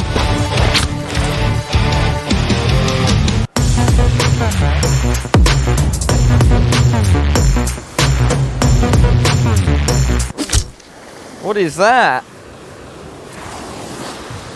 A karambit? A big shout out to CS Money for partnering with us for this event. If you like skins like this, do not forget to head on over to our giveaway, which you can find below.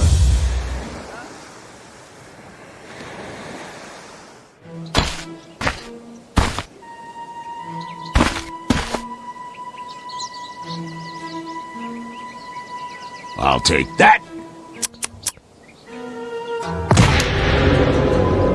Yes.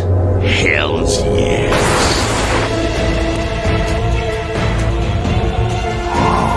Armed and dangerous. Oh, hell yes. Hellcase.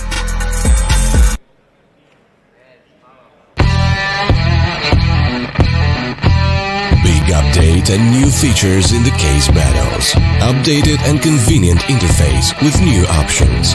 Up to 4 users can participate in one battle now. Create and customize your battles, any number and any type of cases. Choose the number of participants and invite your friends with a unique link. Watch the best drop and win everything. Don't miss epic battles on Hellcase.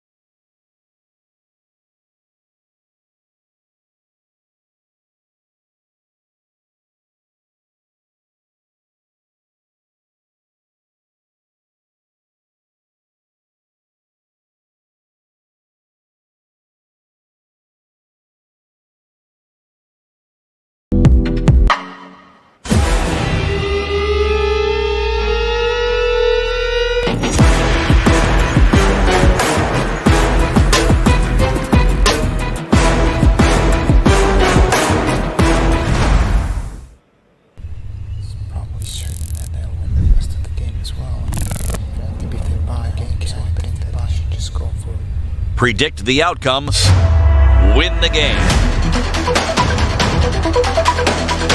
Get live coverage and schedules for your favorite tournaments. Analyze, predict, and vote to gain points. Compete with other esports fans and climb the leaderboards. Strafe, everything esports. Download now on iOS and Android.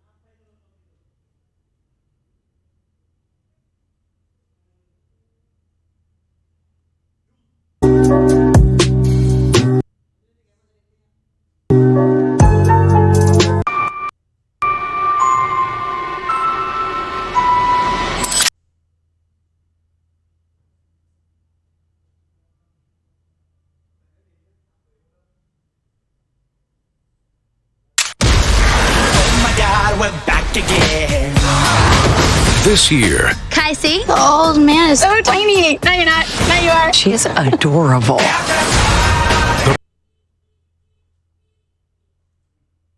the motion picture event of the year arrives. Zombie! Ew. Didn't see that coming, right? God, this is really terrifying, but totally unrealistic. Zombieland Double Tap. Se mettre bien, il y a le knife, on est sur train. Je vais mettre les cartes. Je vais vous mettre le knife. Si vous aimez bien les knives. Voilà. Incroyable. Poumich 1v3. Alors. Heroic Navi. Donc Heroic, c'est quand même une surprise en soi. Parce qu'il y a beaucoup de changements, mais l'équipe survit, voire même est meilleure qu'avant. Avec Kadian, la rustine, baptisé ainsi par Matou, le bouche-trou. Quand il y a un problème chez Danois, on appelle Kadian. Train, Nuke et Overpass. Train choisi par Navi. Heroic qui prend Nuke et on aura du Overpass. Pas d'inferno pour les Navi. Hein. Ok, pas de D2 d'Heroic. Alors... Ça devrait être assez sympa.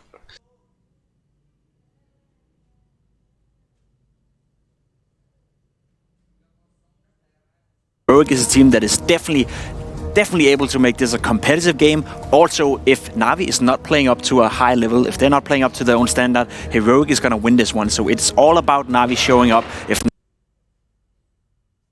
not, then Heroic are definitely capable of making this competitive, potentially even winning it in 3 maps. Well, whoever downloaded that app, the Strafe Esports app, obviously must be the Twitch chat, you know. they were pretty much banking on the idea of Na'Vi rolling over Heroic here. Sure. Now, I need to remind you that you shouldn't forget to vote for the upcoming matches within the Strafe Esports app, available now on the iOS and Android stores. Of course, you can download that, keep up to date with everything that's going on here at the StarSeries Season 8 and therein. So, we have a Na'Vi huddle, and I wonder what they're going to say going into this one. It is a tough one. I think if I'm Blade right now, what I'm trying to do is have my players being focused from the beginning to the end of the round and not having like disjointed moments, just giving away leads and stuff like that. I've seen them do that, and it cannot happen. Because if you compare, of course, pounds for pounds, these two lineups, it's night and day. Na'Vi are ahead for sure, tactically, I mean, mechanically speaking, for sure. But in terms of how well-oiled the machines are, in terms of team play, I'd say Heroic probably have an edge. I like what I've seen from Heroic. They seem to have a plan, they stick to it, they know how to execute their tactics. Maybe it's not that exciting, but they know what they're doing. Na'Vi, a little bit more in the dark, hoping that Simple is going to get the entry, hoping that, you know, Boomich is going to go crazy. Not the same type of performance, I would say. Yeah, and just looking over at the side of Heroic, we have been singing this praise here for Cadian joining the team. What do you think it is exactly that he's bringing? That's a good question. I'm not sure if it's all about Cadian. I think he's a great addition to this lineup. I think he's a team player. I think he's willing to sacrifice for the team. He has a lot of those abilities, and he's also a decent player. Cadian is never going to be a star player. Cadian is never going to be the guy that's going to make the big difference. But I think him being a team player is exactly what Heroic needs, right? You said it yourself. The way they play Counter-Strike is different from a Na'Vi. They know they don't play on the star players. They have Stown. He's a great player. Boab is a guy with a lot of talent as well. But those two will be the main fraggers. The rest of the wins have to come from the team play. I like to think of Heroic actually as a mini version of Renegades, in the sense that when you look at Renegades, every time you see Renegades go up against one of the better teams, you think to yourself, there's no way they should be winning. Look at the individual skill, you know. There's no way that JKS, SI is going to go up against a simple Electronic Guardian and win the game, yet they do it over and over again. Same goes on for Heroic. They may not have the most skilled lineup, but they have a strong idea of how they want to play. They have a strong synergy, dare I say it, and they have great team play, and that's exactly enough sometimes when you're playing some teams that don't really have that. Well, we have a lineup of Danes versus a lineup best country in the world. Yeah, okay, well, anyway, aside from that, a lineup of Danes versus a lineup of Russians plus one very unique yet simple individual. We are ready to jump into the game. We're going to do it right now with Anders and Moses. Anders. Well, thank you so much to the desk. We really appreciate that. Heroic and Na'Vi. Very patriotic today. Yeah, apparently. Yeah, he's got the jingoistic thing going on. Well, I mean, everyone gets like a flash of that every once in a while, right? We're going to get into the game. I never do. No, not you? All right. Well, I'll do it on your behalf. You know, to hell with European football. American football is where it's at. Let's go Cowboys. Now, here we go. Deep smokes, deep Molotov, and a straight executed Na'Vi. They don't even care about what's happening on the rest of the map. They just want to get onto this B bomb site, and so they have.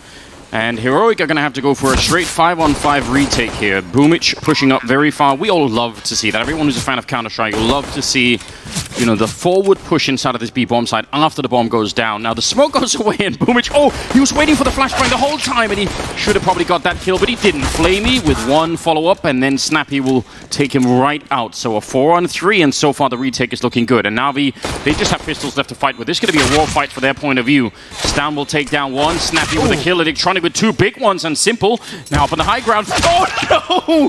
He wanted to make his way down. Flying there, but there's the kid picked up. There's the kid picked up. Dead random jumping around. Why is nobody defusing? What is going on? Oh, that is heartbreaking. That is a terrible. What the fuck just happened?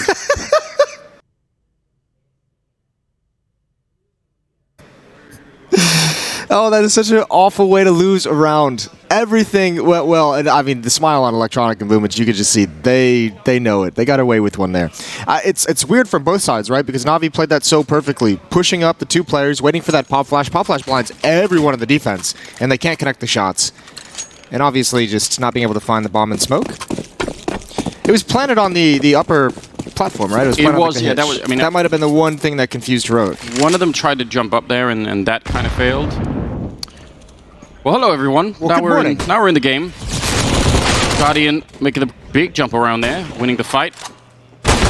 You have invested 3 scouts into this round. I still think there's some merit to the 3 scout plan, but I guess a lot of it is decided in the early tags, right? I don't, but at the same time, I think we've been all proven a little bit wrong with like theory of economy buying. Ooh, nice attack of this guy. How is he not dead? How is he alive? How does he even have a chance to find that kill? Boomich does eventually take him down, but okay, here's the scout. See, this is what I'm saying. In theory, it seems awkward, but it's working perfectly. Snappy with a double kill. He's got about half HP, and that was very close to connecting. Actually, excuse me, it did connect. It was Simple who gets the kill. Into a one-on-one we go. Wow, this has worked out so well. Simple does have a little bit of a health advantage here against Snappy, but with the Krieg and the AK, that's a minimal thing, and the bomb is on that side, so Simple's gonna have to go for it. Nobody wants to be up against Simple in a 1 versus 1. Snappy got that kill over at Ivy a while ago, so I can understand why Simple is a little bit paranoid about where he might be showing up. Gonna just peek the corner. They do see each other, and Simple will win it. Taking him down for a double kill, but what an expensive round out of Na'Vi. Maybe now we can actually introduce the game a little bit. Because Okay. I just feel like we got thrown right in at the deep end. I was gonna say, I feel like my brain is just a little bit broken. I can't really explain why. I don't have jet lag issues. This is a 1-hour time difference from Denmark to Turkey here, and so I don't know what's going on. But If it makes you feel any better, I felt like your brain is a little bit broken for going on a good year or two now. Okay, well, I've noticed now. I think maybe that's the difference. You realize suddenly there's something wrong. Listen, acknowledging is the first step, right? Yeah, we'll see if I can get some help at some point. 3 grenades being purchased and a Zeus on Cadian. Ooh, we do love that. Ooh, Simple with the MAC-10. This time he's been trying to close the past 2 rounds. This time he's going to open it up with the first and the second kill. Nice headshot. Good awareness peeking up, finding that just at the last moment. They've just lost track of him. He's going to get 3 kills already. Going for a 4th. He'll have an opportunity for an ace, and it's flashy. It's stylish. And Cadian with that Zeus is the only one remaining. Simple's going to hunt for it. You can almost see him calling it out, and he's going to get it. Quick headshot, turning the corner on Cadian. In every way, the Simple you don't want to see if you're heroic. I mean, it's just a, an unarmored round, but still nothing to get him fired up. You actually want him to have no kills in the first 10 rounds, if at all possible. Just don't have him feeling good or confident at all. His aim looks pretty crisp in this round at the very least. And yeah, I mean, fair play. It's against unarmored opponents with USPs, but still. Yeah, but still, it does make you worried. 7-1 on him, and going into the 4th round. We got here really quickly. I'm liking the pace of this game already. See what Heroic can do. Definitely a team that's been in a bunch of different sort of versions of itself. And I actually have almost no idea about what the current version is going to be like. I just feel like it's really up in the air. Well, they got that 2nd place at Rotterdam just recently at DreamHack Open. Which is great. That was impressive. Actually very excited to see Cadian on this team. Ooh, Stown almost getting caught. And Boomich with the MAC-10. He's going to press the issue. And again, a very good chance. I like that. Not even over-committing when the flames go down, but a lot of damage and scaring Stown right back off the angle. Really making your presence known with the MAC-10. 4 players outside now as Cadian rotates over with the AWP.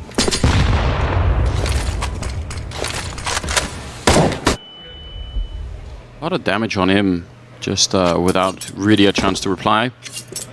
I'll be taking this one slightly more slowly. Back to the inner bomb site, it would appear. Electronic is waiting over towards Ivy, and he can either throw a fake, he can get aggressive and kind of lead the fake, lead the attack, or he can stay and lurk. Or he can do what he's doing right now and run all the way back. He's very far away from his teammates. I'm guessing one of those MAC-10s is going to be jumping for Guardian. Absolutely. Down the ramp. Boomich and Flamey going to lead the way. One close up, Cadian far back. That's a good pop flash just to get the intel, but it's not everything you would have liked. The AWP works quite nicely. Opening pick, and Guardian needs to just post up, and he's got it. Holds off the rotations himself. And they're so happy to sacrifice a MAC-10 to get that position. That's absolutely fine, especially once they got the entry kill on the bomb side. And Heroic backing off, and I mean, they should. Why try and go for this retake? 3 versus 4, that just doesn't make a lot of sense. Boomich, ooh, Electronic actually looking for them at the end. That's making it very expensive all of a sudden. Going for another fight. He maybe could have had that. S-Tag will take him down, though. So they win the round, get rid of the MAC-10s, and so far, at least, will be saving the AWP, too. So things are looking kind of good for Na'Vi at the moment. They're looking phenomenal for Na'Vi. Everything's going well at the moment. Ooh, Boomich just barely misses that intel. on S-Tag, or on Snappy, excuse me, in mid. They're going to hunt him down. Maybe he did see it. Maybe he spotted a shoulder. Maybe someone else spotted the dot on radar. Simple's going to turn the corner. He's going to jump around it. And Snappy puts him down, but he's traded immediately. Nice job from Boomich to find that kill at the end. 4-0. Just to follow up on what you were saying, I'm happy about KDM being on this team too.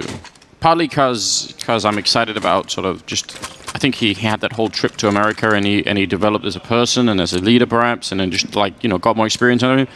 Partly just because I just love KDN as a person. I was going to say, such a cool person. Mine is purely selfish outside of the game reasons, where he's one of those guys that always has a smile on his face every time you see him. So he always makes me feel much happier when I cross paths with him. He should be tested, like, you know, get his DNA and get some blood and just, you know, like, we need to figure out how is this happening? How is he just happy all the time? Him and Pasha and a couple of other people like Well, Pasha's new Old Spice Centaur, so that's pretty cool. What a fantastic pickup for Old Spice.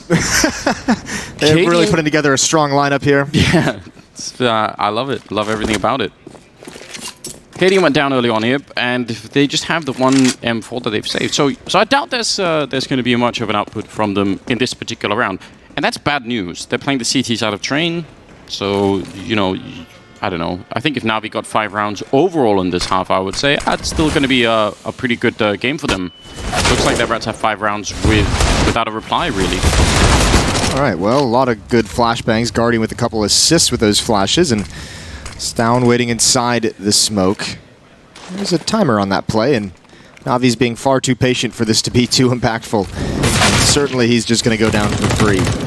S-Tag going to have to try and save this M4. So it'll be 5-0 for Na'Vi, which is good. This is what you want to see out of Na'Vi. We saw them take a pretty rough loss yesterday. Yeah, I think in many ways that whole game was just so weird, wasn't it?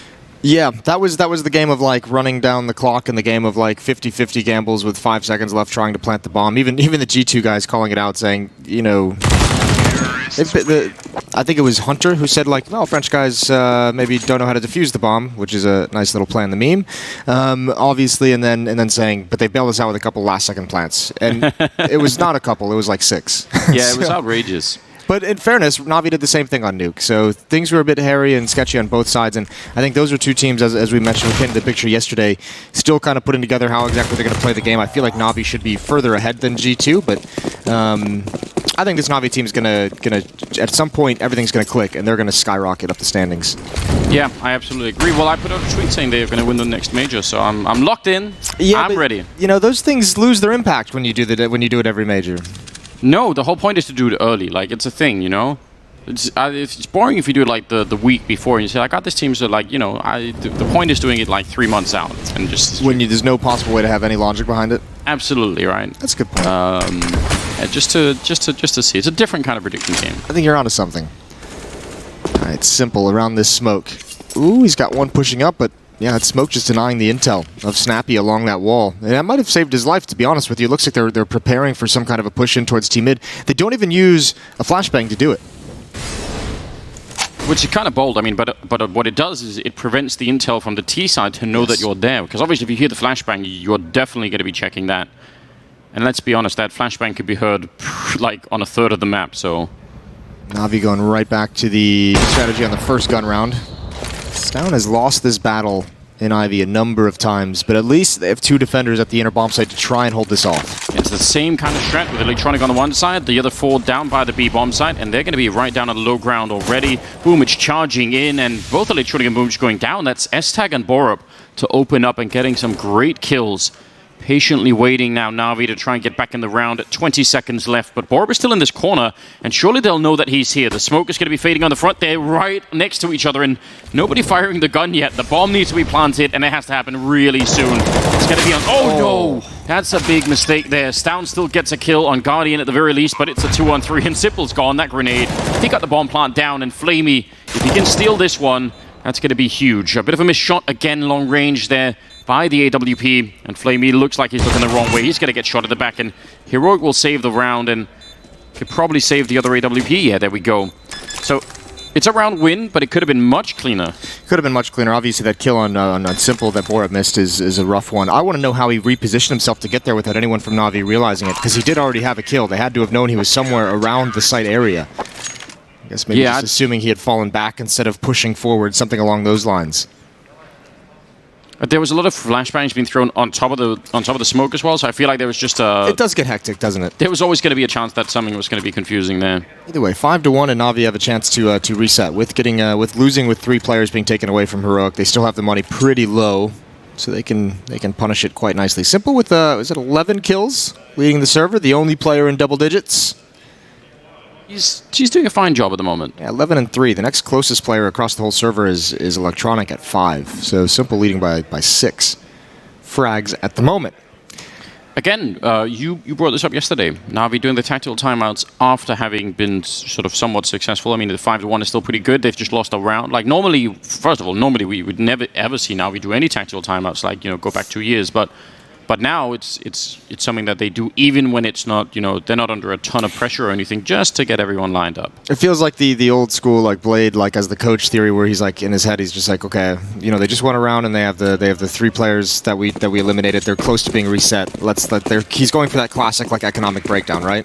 Yeah, and also, I mean, if you're Heroic, right, and you just won a round, maybe you want to build, sort of push that momentum forward into the next round. Everyone's just got the high fives in, and like, yeah, let's go, and then you have to take like a 30-second break, and it calms the other team down too, maybe in a way that they don't want to. So there's many different ways to, I think, to exploit that kind of a thing. Smoke thrown from T-spawn to let somebody out of Pop Dog, and Flamey going to be opening up. That's a huge opening on Cadian, and each wants to continue. It's Boomich to get the kill, and that's not bad at all. 5 versus 3, and almost catching Borb at the corner there. It's going to be Stown taking a chance.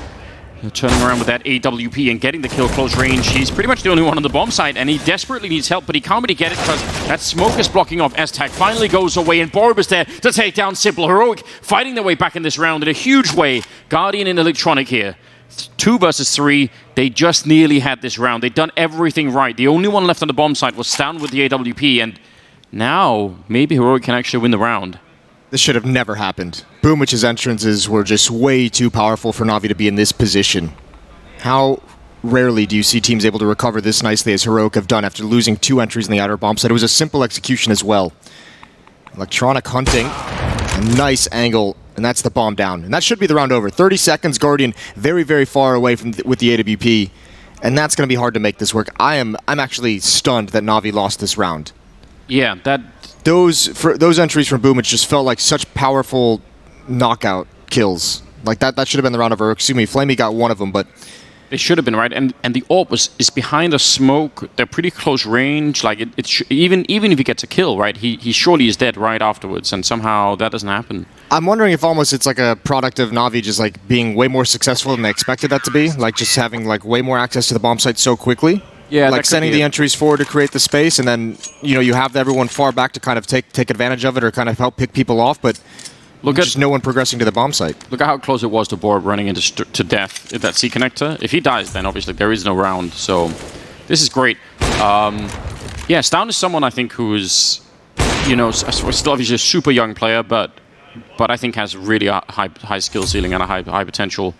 It's always really tricky to say when you've got these young kids playing the game because, there's a lot of personal development to happen on top of it. But I think it's just because there's, a lot of talent happening in Denmark all the time. It's sometimes you forget some of them. You're like, oh, yeah, that's true. That guy is actually really quite good at the game. And you just don't always, end up seeing it all the time.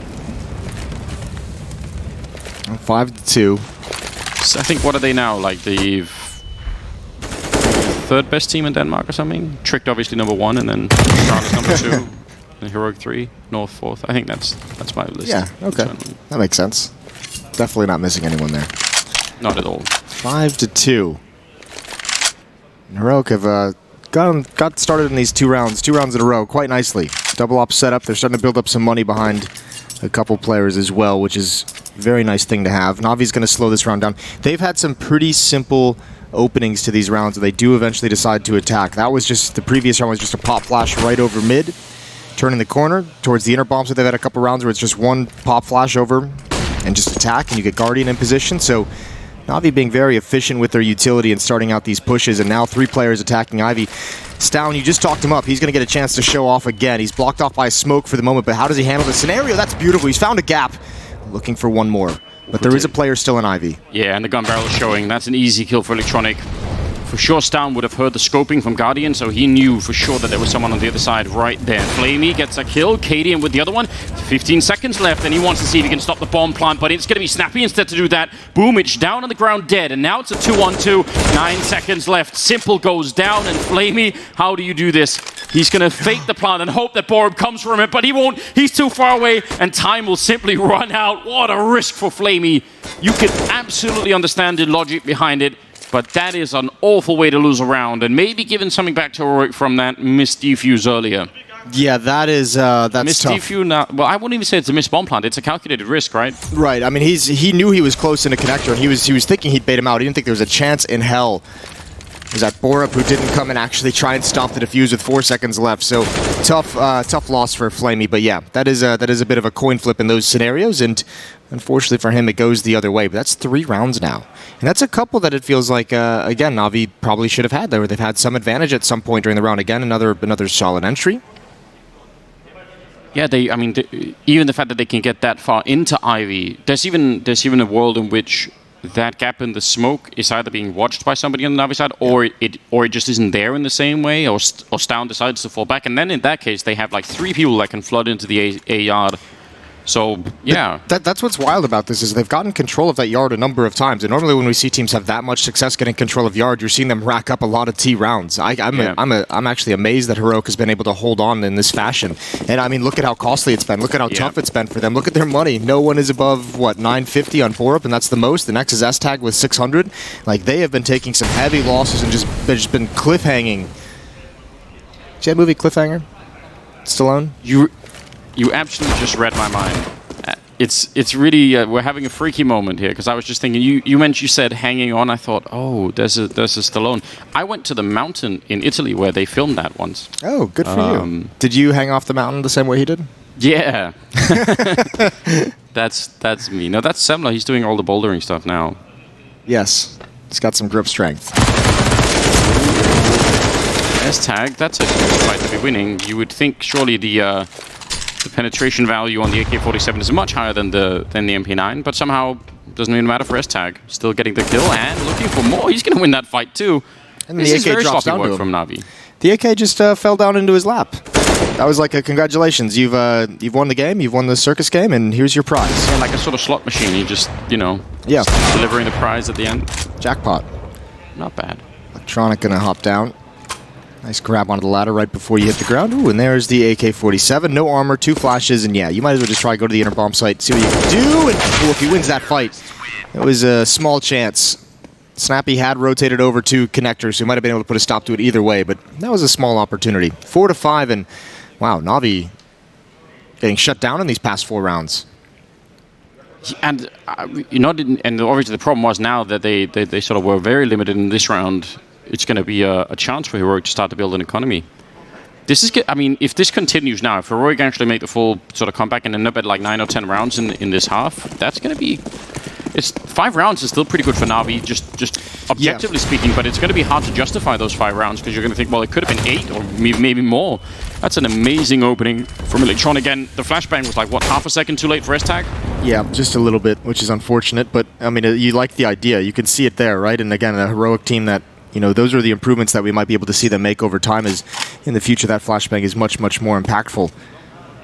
The nice thing for Na'Vi, you're right, already at 5 is a luxury, so they're not worried just yet, not feeling the pressure just yet. And still the fact that they've, we'll just harp on it, kept the money so low for the defensive side. Very, very close to a reset. Winning 1 round, and Na'Vi's going to be facing a much weaker defense in terms of their arsenal. Heroic needs to get away from the edge in that sense, and Na'Vi needs to finally have that last push over it. Good Heroic that nobody, somebody's looking Ivy every once in a while, but nobody's actually holding Ivy. It does mean that maybe you can win a fight. Actually, you can't even do that. Snappy going to be going down to Simple. That's at least the trade that you needed to have there. Nice grenade on the Borup, and Boomich keeping you occupied. Even reading this from Cadian, but he still goes down. Boomich, that's such a heads-up play. Oh, no. Now Stown going to be taking down Flamey. Surely, Na'Vi, it can't be another round like this where you have all of the entries and you've got everything working out for you, and somehow it doesn't actually work. Electronic now sneaking in. They've got 20 seconds. They could probably find this kill on Cadian, but he's just past the corner, and he knows Cadian has a pretty good idea. 15 seconds on the clock. Soon they won't be able to walk anymore. They have to start running, and look at who's flanking as well. Down on the other side is Bor. If they plant on the default side, that could be a huge problem. 5 seconds left. They need to go straight for it. Here's the plant. Oh no, they have to come off it, and time's going to round out again. Na'Vi giving up a round that they just did not need to in a horrific fashion.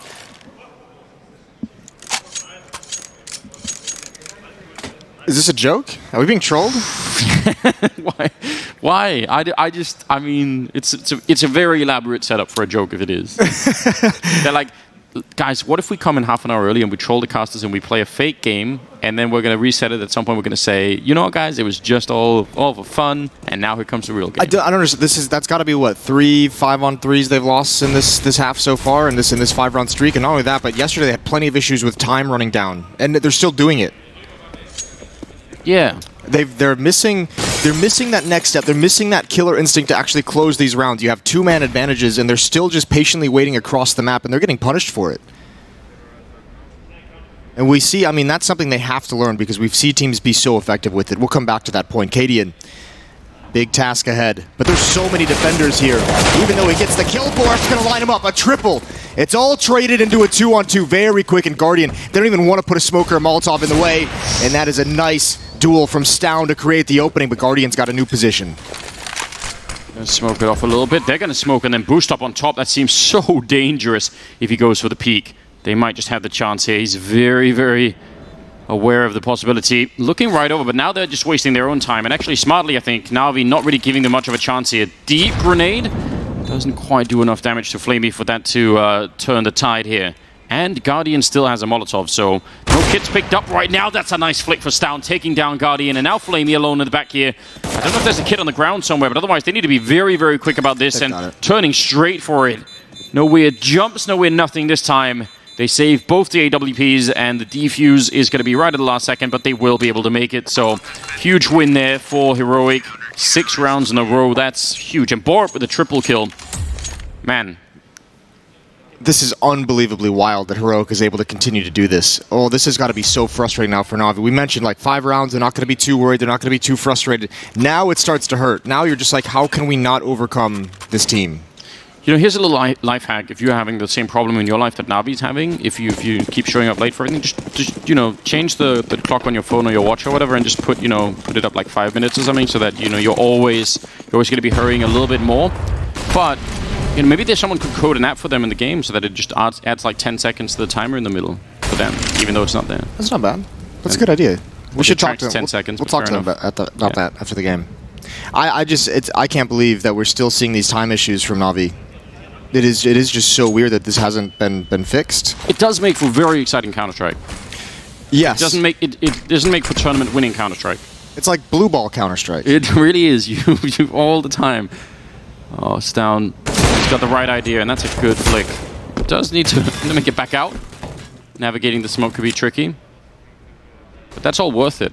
Yeah, you mentioned him as a player that's very talented. He's starting to come alive in this game. He had a relatively tough time dealing against Electronic early on in this game. He lost a couple rounds in the first 4 or 5 during that losing streak, but he's really done a good job. In this 6-round streak, 3 rounds have been lost due to time for Na'Vi. Oh, ooh, nice shot right through the smoke. Just a good timing. Looking for more. Pretty quick on that flick as well. Doesn't actually need to re-peek if they've got someone over there. They're bringing in, I think, Snappy now to try and help him out for a crossfire, and that's a good idea. The leg shot, Snappy. Ooh, he's smoked off, but it doesn't even matter. Yeah. Oh. Nice shot. Coming in with a triple now. And that's going to be Guardian in a 1 versus 5. And now things are looking very bad indeed for the Na'Vi side. If they don't even get a bomb plant here, and they won't, then even the loss bonus is going to be minimal, and Heroic will have just a lot of money to work with. What a godlike round from Stown. That's amazing. The opening kill is obviously great. The flick up, he's even aware of the possibility of the boost. Obviously a lucky timing, but... And not necessarily re-peeking into main, right? Like even that for a young player as well, that was like, you see them often, like, you know, peek into that, make that kind of mistake, that overextension. Yeah. But that was a really cool sequence of good decision-making and just nice precision shots. Yes. 7-5. Say, maybe especially when you already have like a couple of kills, right? You feel like, oh, this is a really great round. I'm just going to take that fight. And you've been winning, and you've won 7 in a row. That's when you start feeling, that's when things loosen up, and you start feeling like you're really comfortable into the game, and that's when you sometimes do overextend. Really, really cool to see. Again, Kadian and Borup aggressive towards this lower ramp. Different angles, farther back for Kadian, a little bit more safety. He did lose the battle last time, and obviously Borup just going to have that Molotov in hand. Misses the timing. There is S-Tag in ladder room, ready for a fast flank as well. Got a lot of grenades on Navi's side, so they can probably secure an entry into the bomb site with just a little bit of luck. Good timing on a couple of flashbangs. See if they can actually hold the bomb site afterwards. I think that's probably the bigger question at the moment. Blind shot there from Kadian, and everything is smoked off. And they're going to be running up the sidewalk instead. They actually want to try and go for the win here because they could have had the bomb plant already. They're going to be a little bit delayed on the bomb plant, but they're going to try to see if they could rush to the C connector. And no one can see anything. Guardian dropping a smoke right in front of himself, just hiding inside of it. Oh, this is so confusing. There's S-Tag finally finding the kill on Guardian, but I could understand if Heroic have lost track of exactly what is going on. It's going to be simple to go down next. And again, they're just waiting inside, just hoping that the smokes will grant them some sort of big win. Electronic waiting back here as Boomich goes down after a kill, and he's not going to make that CC work. Flamey, it's a nice attempt. Good amount of damage, but they'll still lose the round. 8 in a row now for Heroic. They've just been dominant. Navi, I like the idea. Yeah, trying to get aggressive. Maybe a pop flash to that smoke would have been cool, but you know, either way, they did their best to get aggressive towards connector. So many smokes, it's hard to make any kind of decision, and there's no guarantee they would have been able to actually see anything either. It's actually when that smoke goes up again at C connector, if they don't find him inside of the smoke and they just some of them run through and he comes out behind them, that actually is huge, right? So you could even see that happening. Maybe not exactly in that position, but I have to imagine, I believe that was Kadian in connector who had like rotated over with the AWP. I have to imagine that he like saw on his radar that he just wasn't moving anywhere. At a certain point he was like, wait, why am I not out in the open? Why am I not, behind the train at this point? That might have been the call. 8-5. This is craziness. Imagine Navi, all the excitement around this team getting knocked out. Already the champagne ordered, already celebrating that first half. Yeah, after those first 5 rounds, I was ordering the champagne as well. I was ready to go.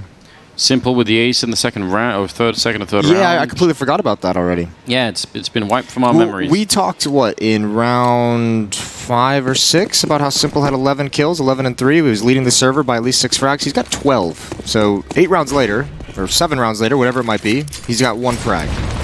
Yeah, that's a problem. So something's going to have to change. It's a really swift decline.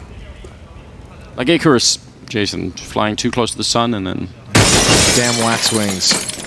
I guess Heroic is the sun in this case? I'm not sure about this metaphor anymore. Yeah, well, you've taken it too far. There goes Simple. He's out. I think everyone understands the Icarus reference. You don't need to... No need to elaborate on it. Yeah, we don't need to pick a sun in a wing and all that kind of craziness. Wasn't it also the weapon in that James Bond movie? Wasn't that called Icarus, the one where they... like a sunbeam? The satellite? Yeah. Sunbeam thing? Ion cannon, just from space. I like the idea of that. I like the idea of a hat. Why haven't we invented stuff like that yet? I don't know. That's cool. Yeah. Science should be cool.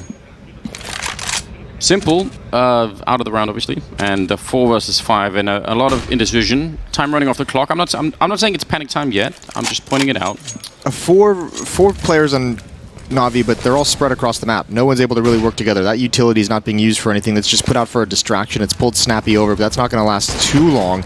Another great pick from Stown. These ops, or at least Stown's op, has really come alive in terms of thinning the herd of Navi. And before Navi's even picked a final attack, a final strategy, they're down 2 players. Yeah, and now it's about 30 seconds since I mentioned the time last. So now we're down to 20 seconds. And that Molotov is absolutely painful. Kadian even has another Molotov. I don't see this working out well. 15 seconds, a little bit of a grenade, a little bit of a follow-up flashbang there, and Stown just showing up at the right time to get the kill. 8 seconds on the clock, and Flamey, he'll get the shot there on Borup, but not going to matter really. He can't even make the crossing. Why? I can't believe it. Why indeed? you're in a 3-on-5 and you're even actually making decent progress. You can see Flamey taking a deep breath. I would be as well. That's now 4 rounds that they've run out of time. Maybe the idea is, because time is a relative construct, if they run fast enough, time will go much slower. So maybe it's like a relativistic approach to Counter-Strike, and that's what they're aiming for. Yeah. Just to get the knife out and push that guy forward until he just hits the speed of light, and then you can plant the bomb, do whatever you want around. I'm trying to help. You're doing your best. I can't even follow that close enough to even build upon it. It's fine. Listen, like I said, I did wake up with the feeling that my mind was shattered in more pieces than usual. Come off the rails in some sense. Well, listen, this 5-round start, this 5-0 start that Na'Vi had, they've forgotten about it. And even though 5 rounds is probably okay, an adequate amount of rounds to have for your T side, and now with the spam coming through as well, the fact that you've lost 9 in a row, you're going to feel like you lost this half real big. You're going to feel like you got absolutely decimated, and that's going to be frustrating. Still, the spam coming through. Electronic and Boom, which both down to around 65 HP before anything begins. All banged. It's not looking good. It's now feeling so bold about the whole game right now. Sneaking up with the AWP, alone, just scoped in, and he'll take down Guardian. This must be so frustrating. Like, you even see for a minute there, Electronic just looking over at his team, like, what is going on? We can't even set up anything. We still have 40 seconds, and we need like another hour to set this up. Yeah, this is where, I mean, things seem really cool. Remember, you said that you liked the pace. We saw assertive plays out of people, but this now has slowed down so much that it feels like Na'Vi is just really disorganized and disjointed, like they're thinking too much about the strategy and what they're supposed to be doing, and now just coming through a smoke at the end. No flashbang, no one's blind. S-Tag gets 2 easy, free kills. 15 seconds. There's still a chance for time to win this round again for Heroic. The bomb's going to try and get planted. Flamey's off it. He knows he's going to get pushed. And this is a disastrous half, but Simple in a 1 versus 1 going to try and plant this bomb. And yeah, there goes Borup. And again, time, even though it doesn't run out on the round, it's an enemy. It restricts the amount of options that Simple has in a 1-on-1. And speaking of time, it's time for a break. We're going to take a breath and we'll be right back.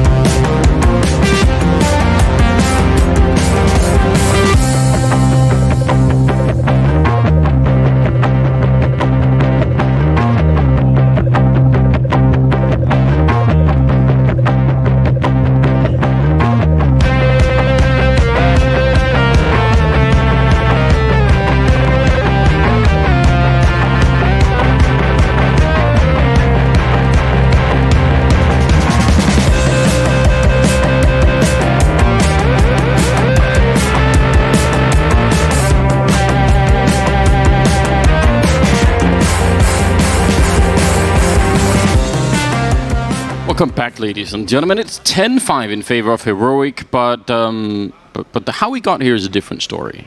We had 5 rounds of just really blazing hot pace set by Na'Vi, getting all the bomb sites, winning all the fights, and 5 rounds in a row was looking amazing. For Simple. It was all fantastic. And then 10 rounds straight for Heroic, where Na'Vi just decided that, all the time they had left over from those other rounds, like, that wasn't even enough to have enough time in the remaining rounds to set up anything. 4 rounds on that T side for Na'Vi, and that 10-round losing streak for them just ended because they couldn't get into the bomb site in time, just due to the round ending. That's brutal. Heroic's going to switch over to the offensive side, and we'll see what they have in store for us. This still isn't over. I know it seems so bleak and it seems so silly of a T side out of Na'Vi, but no. I mean, this remember, we talked a number of times. 5 rounds is enough on that T side. And they're going to be very solid defensively, especially if they can get the ops out. Snappy, I don't think he spotted Boomich. They haven't spotted each other at all. And Snappy somehow making his way. Now, surely Boomich is going to know, and he's going to get an easy fight. Yeah, I mean, I don't even know about the resolution on Snappy, but it definitely seemed like he couldn't see anything there. Oh, Boomich, that's a third kill for him. Very well done. Just the one taps coming out and S-tag, no bomb and no teammates.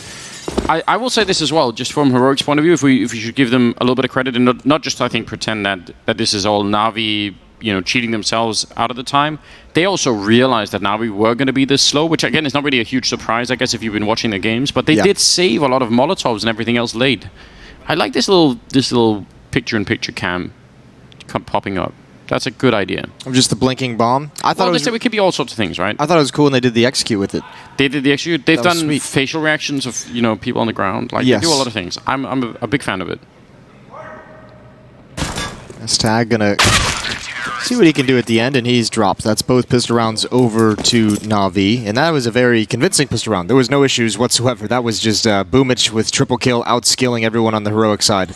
Yeah, and I think, obviously it helps in terms of getting 6 rounds instead of 5, but I think more than anything, Na'Vi need to shake some of the frustration that might have been building in that first half. Just whatever it takes to do that, really. I think it's going to be fine. I think they're going to be able to dominate this half. I'm not going to lie to you. It still is very frustrating thinking about that T side. I kind of want to erase it from my memory as well. Yeah. Because I really think this Na'Vi team is going to be very good, but that wasn't a good indication of it. Oh, look at this cool flash of smoke being thrown. He's going to kind of interrupt it there. Well, mother of God. Why did he do that? He's so wired, isn't he? I know, he's so zoned in. He's just like, I'm just going to shoot everything in the face that appears on my screen. I'd want to cut down on the energy drinks at that point. Flamey has to be so confused. He's like, why did you just shoot me in the face? There's not even a possibility of a terrorist being here. Oh, man. He's laughing at us. He's smiling as well. Not anymore. He's just got that caffeine IV in him. Just so hyped up. I don't know. It's a shame because Heroic had set up a smoke from T-spawn that lands in C connector, which is always fun. I like that. I like those cross the map smokes, but obviously it's completely nulled when Simple just catches them at that corner. Yeah, and the tough part too is this is a heavy investment from Heroic. They have full armor on pretty much everyone except Cadian, who's going to have the AWP as soon as possible. Deagles across the board, all about utility as well. And now with 3 players, a 3-on-4, Stown needs a 1D to create an opportunity, an opening. Actually, his teammates are going to go away from the inner bomb site, going to come towards ladder room, but he's already down, so it doesn't really matter. Borup with low health. And Boomich, he's got his eyes on ladder room, and he's got a couple kills to end things. 7th round for Na'Vi as they close the gap. Can we get a replay of Simple shooting Flamey in the face? That would be a good, like a replay if we can get if we get Flamey's face cam at the same time. That would be good. It's like, why? Or if we just get the communication. I want to hear what Flamey said. Like, why, bro? Maybe he was just trying to get him out the way. Oh, man. That you do like to see that. I mean, we talked about maybe needing to shake some frustration after that first half. It looks like there's no frustration, at least on Simple. Yeah, that laugh will at least cure a headache, won't it? Like, that's good. I appreciate that. Simple and Flamey still making the MP9s work. And Heroic on the other side over by Ivy with Deagles just crouching through. Very patient. Boomich, I think they must have probably seen like his shoulder or something there, surely. He was looking for the double peek. I don't even think they saw it, to be honest with you. No, maybe not. Very narrow angle. Boomich sees nothing. And a little bit of a stalemate. I think that Simple laughing thing, that could be a great reaction gif. Yeah, that's... Someone tweet me that. Don't get enough of those. They give up on the angle and don't really get that much out of it. Smoked off. Na'Vi playing this one very safely, and credit to them for doing that. There is just no point in losing 2 or 3 rifles in this round for no reason. Yeah, just preserve the economy. That smoke is going to be frustrating for the Heroic players. 40 seconds on the clock when that plumes. That'll bring us down to about 23 seconds before Heroic can try and come through. They don't have flashbangs or anything, so this peek against Boomich, I don't know, like that's going to be very hard to do, isn't it? Maybe if you double peek it at the same time, or spotting him out. Taking a little bit of time for Boomich to get that, but not that one. Back to the pistols. Nice shot with the job, USP. Yeah, 10-8. AKs are going to come out for the Heroic offense. The AWP on Cadian here. The Kriegs are out as well. We'll see what Na'Vi can do. I'm interested to see if they upgrade any of these weapons. 2 SMGs on Simple and Flamey. Guardian with the Scout still, and it looks like they're going to keep those. Yeah, well, playing over the B-bomb side or even Pop Dog or something, I mean, we kind of saw that out of Heroic too. You can make that work. The Scout... It's the Scout that worries me a little bit, and also just the SMGs because of the Kriegs. I'm feeling lukewarm about that. That's a cool smoke going through the ceiling window. Just probably buying some time more than anything else. Oh, actually, Snappy's still going to be peeking around, but there's definitely a world in which you're going to be kind of paranoid about that. I think because of the speed of which Snappy got there, he got the angle before the smoke plumed, so you can see there was no real aggression. I think if maybe it's a little bit more delayed from the offensive side to take box holes, that smoke might make him nervous. By the way, those windows you can throw grenades out of from the T side to land on the A-bomb side. That was a risky smoke. I'm going to agree. That was high risk. And they're using some of these smokes maybe a bit early. Na'Vi. They have what? A smoke and a Molotov left? Yeah, I don't know what that smoke above ladder really provides Na'Vi, but regardless, it's fine. It's delayed things enough so that Boomich can get in towards T-mid, I guess. Maybe that those seconds that were bought, those precious seconds, it's actually forced Heroic back as well. Maybe not because of the smoke, but a new call, and they've readjusted the stance and the setup. I mean, Electronic, if he smokes this position, right, he's going to give away the fact that Boomich could be here. So maybe he doesn't want to do that. But if he does, then actually the timing now would be godlike. Yeah, they're going to smoke ladder room. That's the only choke point they want to worry about. Position for Electronic, and that takes all the attention away. Boomich still goes down.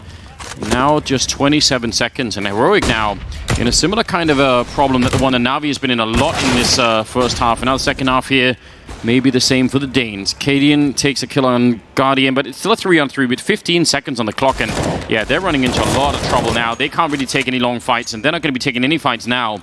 It's 3 kills for Electronic, and Heroic also running out of time. Guarding the phone, though, is Cadian.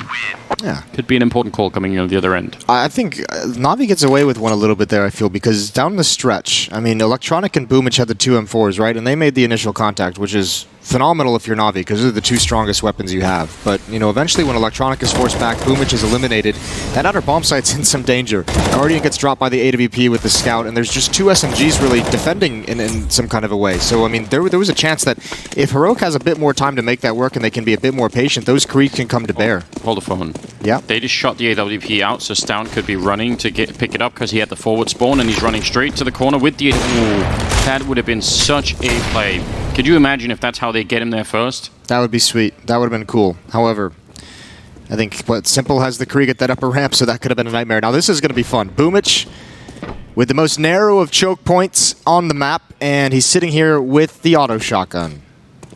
Yeah, that's where you're hoping for a double drop or something. Triple drop.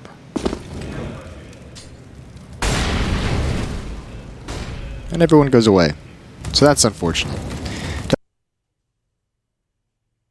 Doesn't come to fruition, and Heroic's going to readjust over 3 players towards Ivy. They have no utility, so I mean, this is pretty much going to be let Cadian with the AWP try and find a pick everywhere he goes. Cadian actually fully invested for this AWP, so they're really believing that he can provide something. Guardian on the other side.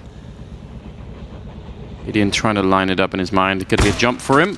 Ooh, Guardian very, very quick to take down Snappy, but yeah, it gives them the position, but it doesn't really do much. Guardian's saying, yeah, that's fine. Well, this is a problem. The money that Heroic invests in this AWP is like already feels wasted because there's 38 seconds and that smoke just goes down. They've already lost a player, and now the AWP is really unwieldy as you have to be aggressive to get into the bomb site. And this time, Na'Vi have done a much better job at holding on to the grenades. So the 38 seconds might even be less at some stage. Oh, trying for the jump. Guardian actually read that. He knew that was going to be a peek with the AWP on the other side. I think they know exactly what's happening here, Na'Vi. And they're not going to get found out at all. This is great. Smart play from Na'Vi, I think, in this round. And Heroic maybe underestimating them a little bit. Wow. 2 phones. 1 red, 1 white. What kind of calls are you expecting on a red phone, Jason? You're the operator of a train yard. That's like a disaster phone. That's a disaster phone. Right. Is it? I guess it's like a cargo place, not really tourist. Like otherwise, it could be like an important person coming. Yeah, that'd be like the phone where someone just calls and says, "I need you to do this right now." Like, there's no logical reason, but you're gonna make this happen. The nuclear materials have derailed. Right. Red phone. Like the nuclear train is tipped over. Yeah, we needed to go out there and pick it back up. You personally. Boar up down to half HP early on, just burns down a little bit. Foxhall control over for Heroic. I feel like actually, I know what kind of calls you're gonna get on the red phone. Okay. If you're Na'Vi, it's gonna be time is running out, Na'Vi. It's just pick up that phone right now. Well, maybe that line is disconnected. They haven't gotten the message yet. I think Heroic really needs to change the pace. I think they need to get some energy in this T side. I don't think you're going to be able to just beat Na'Vi with this slow pace, kind of methodical style. That's. I don't think the coordination is going to be quite there yet. Yeah, I agree. Plus, if you go for that slow-paced coordination kind of thing, a lot of it does hinge on winning the opening fight, because that's how you create at least some of the space. And no, but this is the problem. The opening fights, the moment that Heroic are getting, are all these ones where you have Guardian and Simple with AWPs holding an angle, just waiting. Ooh, a missed shot from Guardian. That's going to allow Borup to get the opening kill on Boomich, but now Electronic going to respond. He's going to hold on to Ivy. There's no more attack, no more presence for Heroic in that position. Now starting to move down, and even Guardian going for the weird deep angle. Electronic's got to pick up the pieces, and he's going to fall away. That's such a steal. Coming through the smoke. A nice shot from Cadian to take down Simple. 19 seconds on the clock, and they still need to get that bomb plant down, and that's not a trivial matter at all. Snappy finding Electronic just as he's swapping out the weapons, and I think they saw Flamey as well. They know where he is. 9 seconds here, and he's taking a bit of a double fight, looking for another kill. Oh, 5 seconds. They need the bomb plant instead. Cadian just going to walk around the corner. That could have easily lost them the round. If Cadian goes down to that round, that's over. Yeah, but he couldn't plant. If he tries to plant in the safety in the middle of that train on top of it, then Flamey can just go around to the right side where Cadian's teammate can't help him or cover him in any way. So it had to be that kill. Fair play. Nice job from Cadian. That's a quick shot. 11-10, just maintaining the lead, which has got to be annoying for Na'Vi. They've clawed all the way back to 10-10, and Heroic still just wins that one round to keep their foot forward. Reinvestment, double op setup. Guardian having a tough round there. A couple kills that you'd think normally 9 out of 10 times he's going to have them. Again, trying to run for that fight at the B corner, which is, I mean, we've seen people do that in the past. Sometimes people even just, they peek into it and shoot without even seeing if there is anyone. You're just guessing and hoping at that point. I'm wondering at what point does Na'Vi, they have to have heard that he's going for that peak a number of times, that Heroic is looking for that peak. So I'm wondering if there's ever going to be an adaptation where Na'Vi just puts, 2 players inside and just punishes it, or goes for it at least. Yeah, maybe one on the ramp and one on that little ledge next to the ramp. Yeah, I mean, double stack it. They had a taste of that setup in the first half. Borup with those triple kills from that exact position, or just an AWPer at upper ramp. Nice shot from Guardian. That one he nails, even though blind. Yeah, just already at the right angle. Ooh, the grenade to follow it up, and that's rough. Hard way to get started in this round for Heroic, especially just after winning a round finally. They've pretty much spent all of their money in this round too. This tag. That's a bold idea. You almost need to make a play 3 versus 5. Let's be honest, if he could have got somehow hidden in the smoke and got a kill there on Flamey, that could have opened up something. They probably were screwed either way. So yeah, well, now you might as well just save the guns. 20 seconds left in the round. You're nowhere close to the bomb site, so just chill. Don't even try and go for it. Smoke behind you, perhaps, so you can't get pushed. Or maybe they just would like to go. No, they're gonna fall back now. Making the call. Oh, Boomich, she's brought Snappy down very, very low. Na'Vi's all rotating over, but the round is done, and no one from Na'Vi's going to want to push through that smoke. They don't have the economy to go hunt down the weapons in that regard. So here we are, 11-11. That's 6 rounds in this game that have timed out. I wonder what the record is. I don't know. I feel like that's the kind of record no one wants to keep an eye on, because it's, it's just a sign that something sad is happening more than anything else. Yeah, that like nothing on the T side is really flowing or working in a way.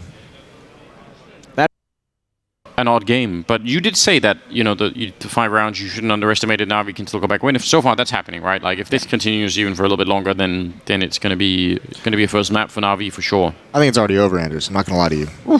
That's hard.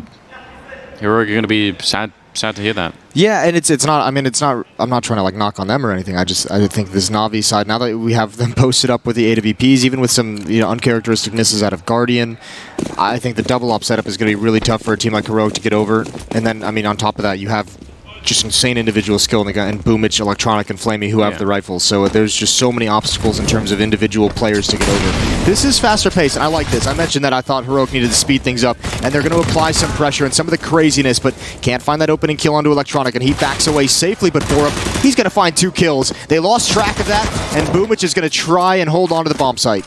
Yeah, he's got some backup from Simple as well, but this is still very cool. I agree. This is much more how I would like to see Heroic play at this point in time. 3-on-3, and that seems more winnable than any of the other rounds they've had for a while now. They're going to be doubling back instead to go for the B bomb site, and I mean, if they get there quickly, that's a good call. Down, going to be in the bomb site. Ooh, we could have been at least with no one there. If they can post up Cadian on the ramp itself, and they're so confident that no one's here. That's very risky. Ready for the flashbang as well. That's a good read. Cadian with a refrag. And now Cadian, if he gets the bomb plant here, Down up on the high ground with the Krieg, this could be winnable. I'm amazed, Na'Vi. It took him a long time to realize that inner bomb site was susceptible. Yeah, they were kind of slow to it, weren't they? But the bomb has gone down. Both the Na'Vi players have a kit each, and they can absolutely win it. Oh, Dave walked right on. Look at this. Down still going to be found, but there's Cadian sneaking a kill away and Simple turning around for it.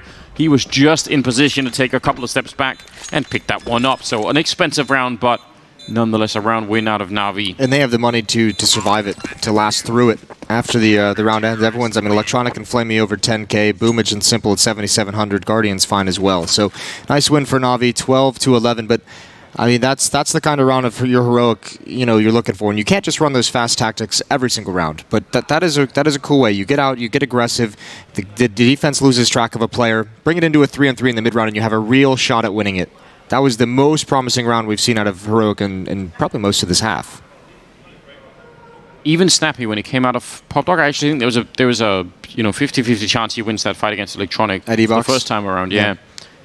Now, I don't know. There are so many ways to do that, but if they were going to fight at E-Box, maybe there should have been a smoke at the actual bomb train itself, so that he couldn't get shot down from C connector, because that's where he got killed from, I think. So just a little question mark there, perhaps. Hard to cover everything though in the middle of that. Yes.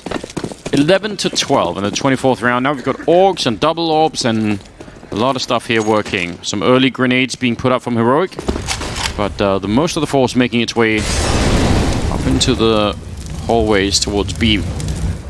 Flamey just waiting for it. Molotov in hand, ready to try and close them out if they come. Ooh, that's an awkward timing for Flamey's shoulder peek, but it's the Molotov out as well. They found the perfect timing to get the angle before he came back into it. All 5 players going to be here for Heroic. This is going to be a set piece. They're already down that lower ramp. Simple with the op. He's picked off the first. Cadian's got the angle, and Simple knows it. Doesn't even want to re-peek there. Readjusting his position. Going to try and do some damage onto the planter. And now he gets aggressive at upper ramp. Smooth jump up there. Once the smoke goes away on the high ground here, that's going to be a little bit risky. Snappy will take him down instead. So a 4-on-4 here with a retake, and it's Down to go down next. Guardian connecting with a shot. And they need more of those here, Na'Vi. That would be great for the retake. No grenades left on the Heroic side, so even if they have the high ground here, it's not really going to matter, and they just get absolutely destroyed at the end of that retake. Yeah, having that high ground is amazing when you have, especially maybe a Molotov or an HE or something to cause some distraction, right? Well, the problem was there was no one else, and they had, 2 to 3 players up there at the end, and I mean, for Na'Vi, you're just putting eyeballs on it, and you're just slaughtering them as they peek one by one. You're right, one flashbang might have been able to help, but regardless, another fast tactic gets him at least the bomb plant, but not enough entry frags coming out for Heroic in that round. Also, one of the things we were praising Na'Vi for, at least in one round, was, getting the bomb plant and then pushing up. Like, Boomage was so aggressive pushing on the C connector. Heroic haven't really been able to do that yet. Well, it's tough because it's almost a different, I mean, that's when you have Simple far back and you have one player behind the first train inside, and it's like, how are you actually going to make that push work? You've already lost one player, you need to get the bomb planted. Boomage going to find a quick drop down ladder room. Molotov makes this very disjointed. It seems like Heroic may be looking to try and pinch and hold Boomage into ladder room, but they all get slaughtered as they come out of the choke point. And quickly a 2-on-5. And they really are trying to sort of switch this up, right? They're trying to change the pace, only that's not working either. Or at least not enough to get them the rounds. Some of those fast rounds, they at least get in, they at least have like 4-on-4s, they get a bomb plant. Like, there are some signs that you could turn it and win the rounds. Like this play from Flamey. Yeah. Both remaining Heroic players have gotten a kill, so he has the intel on where each one is. Takes the liberty to make the map a little bit smaller for Na'Vi to manage in the final 50 seconds of the round. And he doesn't have to push. He can just stay above ladder. That's a fast flank down if they go towards the outer bomb site, and he also prevents them coming inside, but he's going to keep moving forward, and he's almost wrapped all the way behind him. So if you're the defenders for Na'Vi, with this powerful of a flank, once you get information that the attack is coming in, that Heroic is committed, you just back away. You don't need to take fights. You just stay alive. It's down, picking up a kill on Boomich. Problem is now the clock as well. So, like, by the time they get to the bomb site, they can't really be spending a lot of time looking for Flamey. There's a quick execute, and the bomb will at least be planted here, but Snappy's still in a 1 versus 2. The smoke behind him, a little bit of cover there, and he's going to win the fight against Flamey. And now Electronic, a bit lower on health and on the other side. And Snappy might have a great chance of winning this. That would be massive for Heroic. A 2-on-3 victory here at the end to just bring him to 12 rounds. That would make all the difference in the world. And I don't know if he's heard Electronic yet, but he's got the right idea. He spots him out, and the bomb is on the other side, so he's got to be a little bit careful. Smoke going to be going up. Electronic, surely he's going to go straight for it. Defusing inside, but Snappy with the perfect lineup. A triple for him, and a 2 versus 3 victory here for Heroic. That's exciting. If they can do that one more time, that's going to be huge. That's a solid win for Snappy. That is really well done after getting the bomb planted. Finds Flamey. Flamey and Electronic not able to get together. Electronic still far, far back along the wall. 22 kills on Flamey, 21 on Simple and Boomich. The kill that Stown got, do we know where that player was? Because I'm thinking they should have been playing for time at that point in time, and I don't know if they were... Oh, the opening kill in the 2-on-3? Yeah. I think he was boosted in CT Con connector. So that's not very aggressive, I guess. No, that was just, a shot that you can't possibly get away from. Yeah, fair enough. 13-12. We're going to get a timeout as things are discussed. I believe it might be a Na'Vi timeout. That would be their final of the game. And they're fully invested. You're right. Heroic, one more of those wins. And they've finally taken this economy away from Na'Vi. Might still be another buy as simple as plenty of cash. 3,700 on him, 2,000 on Flamey, but a lot of these guys are starting to struggle with their money. So Na'Vi going to have to make some tough economic decisions down the stretch. Look at what they have. Have they... Either they're going to go very fast, or they've misinterpreted the economy. I don't criticize the MAC-10s anymore. I've seen it work way too many times. It seems crazy. I know. Here we go. Run boost for Katie, and oh, he almost makes that work. That was very cool. You would love to see that work, wouldn't you? Boomich, who's had a lot of success shooting through the smoke down here, so they must be getting tired of that. Boosting now to look on top. Very powerful position if somebody goes for the peak. It does fall off the server or whatever it is that left in the hole. S-Tag almost getting himself killed, just showing the feet there. So a bit of a strange start to the round here. And again, the MAC-10s, yeah, but at some point you're going to need to do something with them. Yeah, I'm curious as well now, because it wasn't a fast play and it hasn't been an aggressive play, and that's one of the MAC-10s brought very low, so the power of that entry is pretty much removed from it. So I think you might be right. This might be a miscalculation of the economy. Stag going to line up a smoke. This is going to be heavy play towards Ivy. 3 attackers here for Heroic. 1 above ladder. That's S-Tag. He's going to be very late. He's going to basically just be a lurk. Smoke on one side, Molotov on the other. 24 seconds on the clock. We could have another one of those rounds that we've got very used to in this game. Boomich turning for the flashbang, but Borb actually making the entry with the MAC-10. That's all very good at the moment, but for only 14 seconds, they're hunting down Guardian. They'll get the kill. The MAC-10s have worked so far. 9 seconds left, and the bomb goes down, and Borb even with the pistol now out. What a brilliant round out of him. Electronic transferring off that first target, maybe a bit too soon, but he did get the first kill there at least. So 2 versus 3 now. Cadian with the AWP and Snappy on this one side here with the Krieg. All he needs is a good headshot against Flamey, and that's probably the round being won. And he's got the right idea. Flamey setting up for a grenade. He's going to flash him completely. That's a nice entry, even though it was signaled a little bit. S-Tag, is the timing going to be with him? It almost was. And now it's Cadian covering the line, and he has to get that kill, and he does. Now walking in with the AWP. What a shot coming out. Cadian absolutely knocking it out the park in this round. And that is now a huge problem for Na'Vi. Oh, Cadian might get the highlight, but shout out to Borup. What a sequence on the entry with the MAC-10. That defense collapsed so quick, as we talk about a number of times outside. Guardian just stuck in the open, trying to recover once his teammate goes down towards Ivy. That's brutal. The MAC-10 does work in the end. You love to see it. Do you? Listen, they've gone back to it. Like, all right, surely now it's a save. And they are right. Upgraded pistols, 2 players with armor. Oh no, Na'Vi.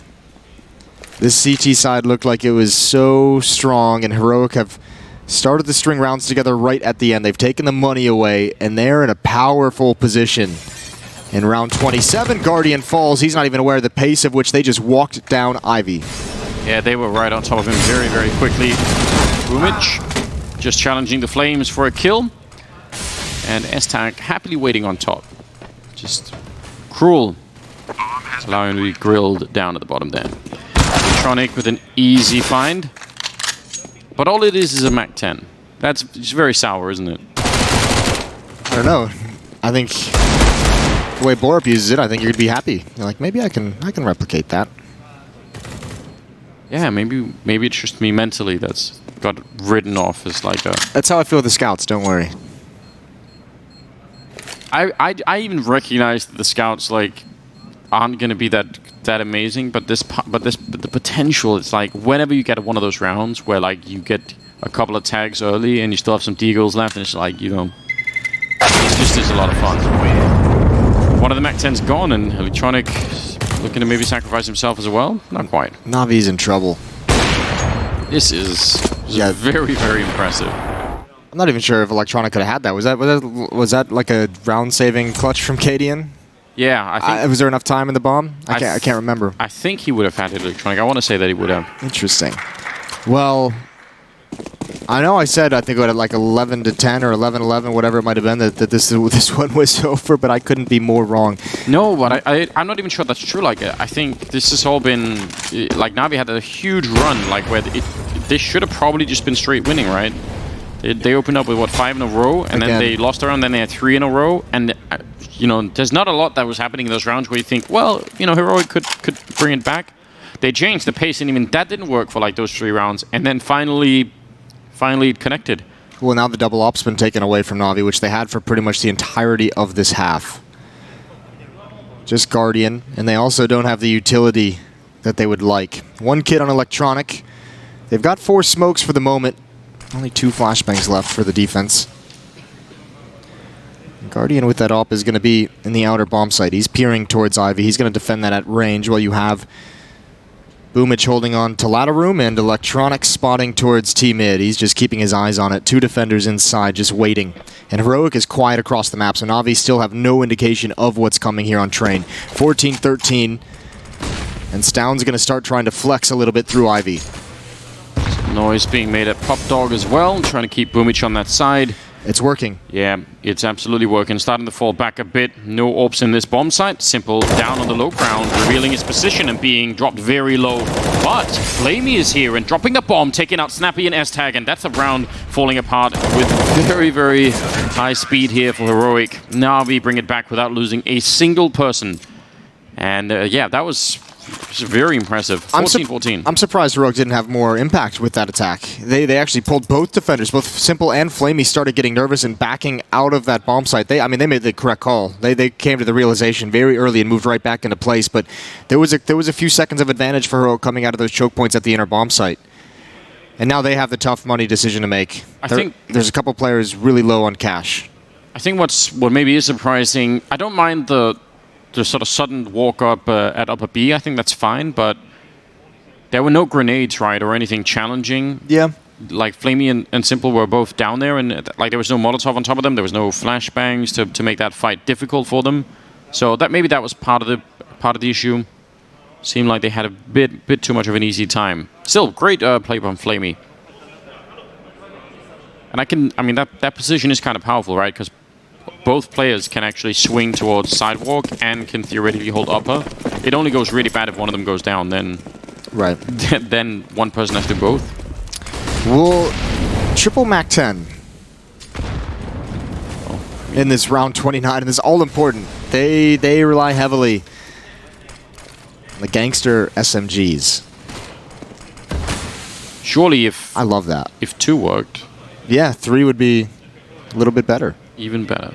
Now they're taking it to the B bomb side, which if you can get close to C connector, fine. Oh, that grenade does tag up Borb at least, but the Mac 10 running down 1 and following up and even swapping into the Krieg.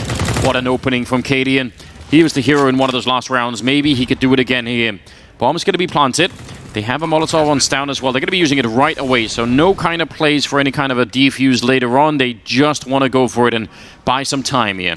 Boomich waiting for the flank and probably communicating with his team saying, you know, how are we going to get in here? They're up on the high ground shooting away. And is that going to distract anyone?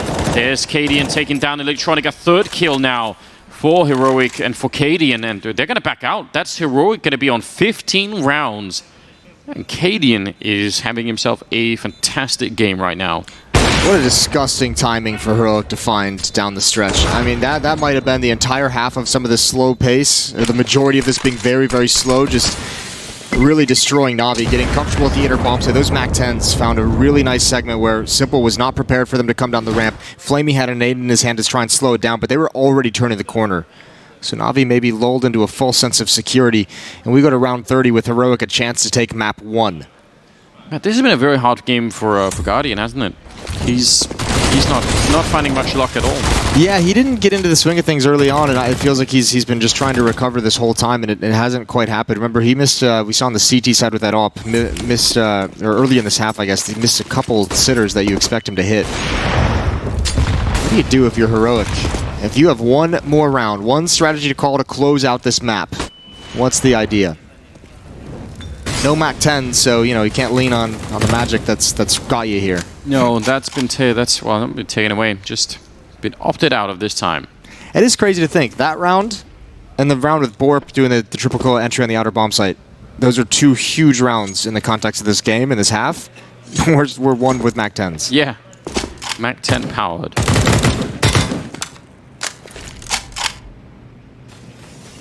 Well, back to a slightly slower pace here. I mean, the logic of actually going slow pace in this round is that maybe you expect for Na'Vi to try and play something here, right? Like maybe they try and go for a double push at Ivy, maybe they try and do something to just get everything back in their favor and start this 30th round off in a good way. But when it doesn't turn out that way, you're in a weird position already. It'll be 40 seconds by the time some of the smoke's cleared down here at Ivy, and they can start to make their way out. But there's 4 people at this A bomb site, so this Na'Vi defense should hold. It is looking very good. No nades is the problem. No nades at all. Stown, he's going to turn the corner. That would be a big entry to have. A massive trade from Borp, and he's going to build onto it. Guardian Electronic fall. Oh, and Heroic, they have a real big opening to take this map 1. A 4-on-2 as the bomb gets planted. Wow, and there's no chance at all. Flamey walking right into the EWP shot. Boomich goes down, and Heroic taking the first map away from Na'Vi on train with what has been just an amazing performance out of them. I'm so excited for the fact that they were playing this well. Borb at 22 kills towards the end, and Cadian at 20, but everybody's right behind them. This was a very, very good team effort out of the Danes. Especially when you consider the level of recovery in this and the kind of, you know, resilience you have to have if you're Heroic. They got destroyed in the early stages of that second half. They won 5 of the last 6 rounds to take that map. What a crazy turn. Like, that is just getting dominated for the majority of the game and then figuring things out and putting the pieces together, finding the solution. That's an impressive way to end that half. And they did it, remember, both halves. Na'Vi won the first 5 rounds of each half. Yeah, that's true. And still lose the game. Which is, I mean, unbelievably frustrating in some sense. The time that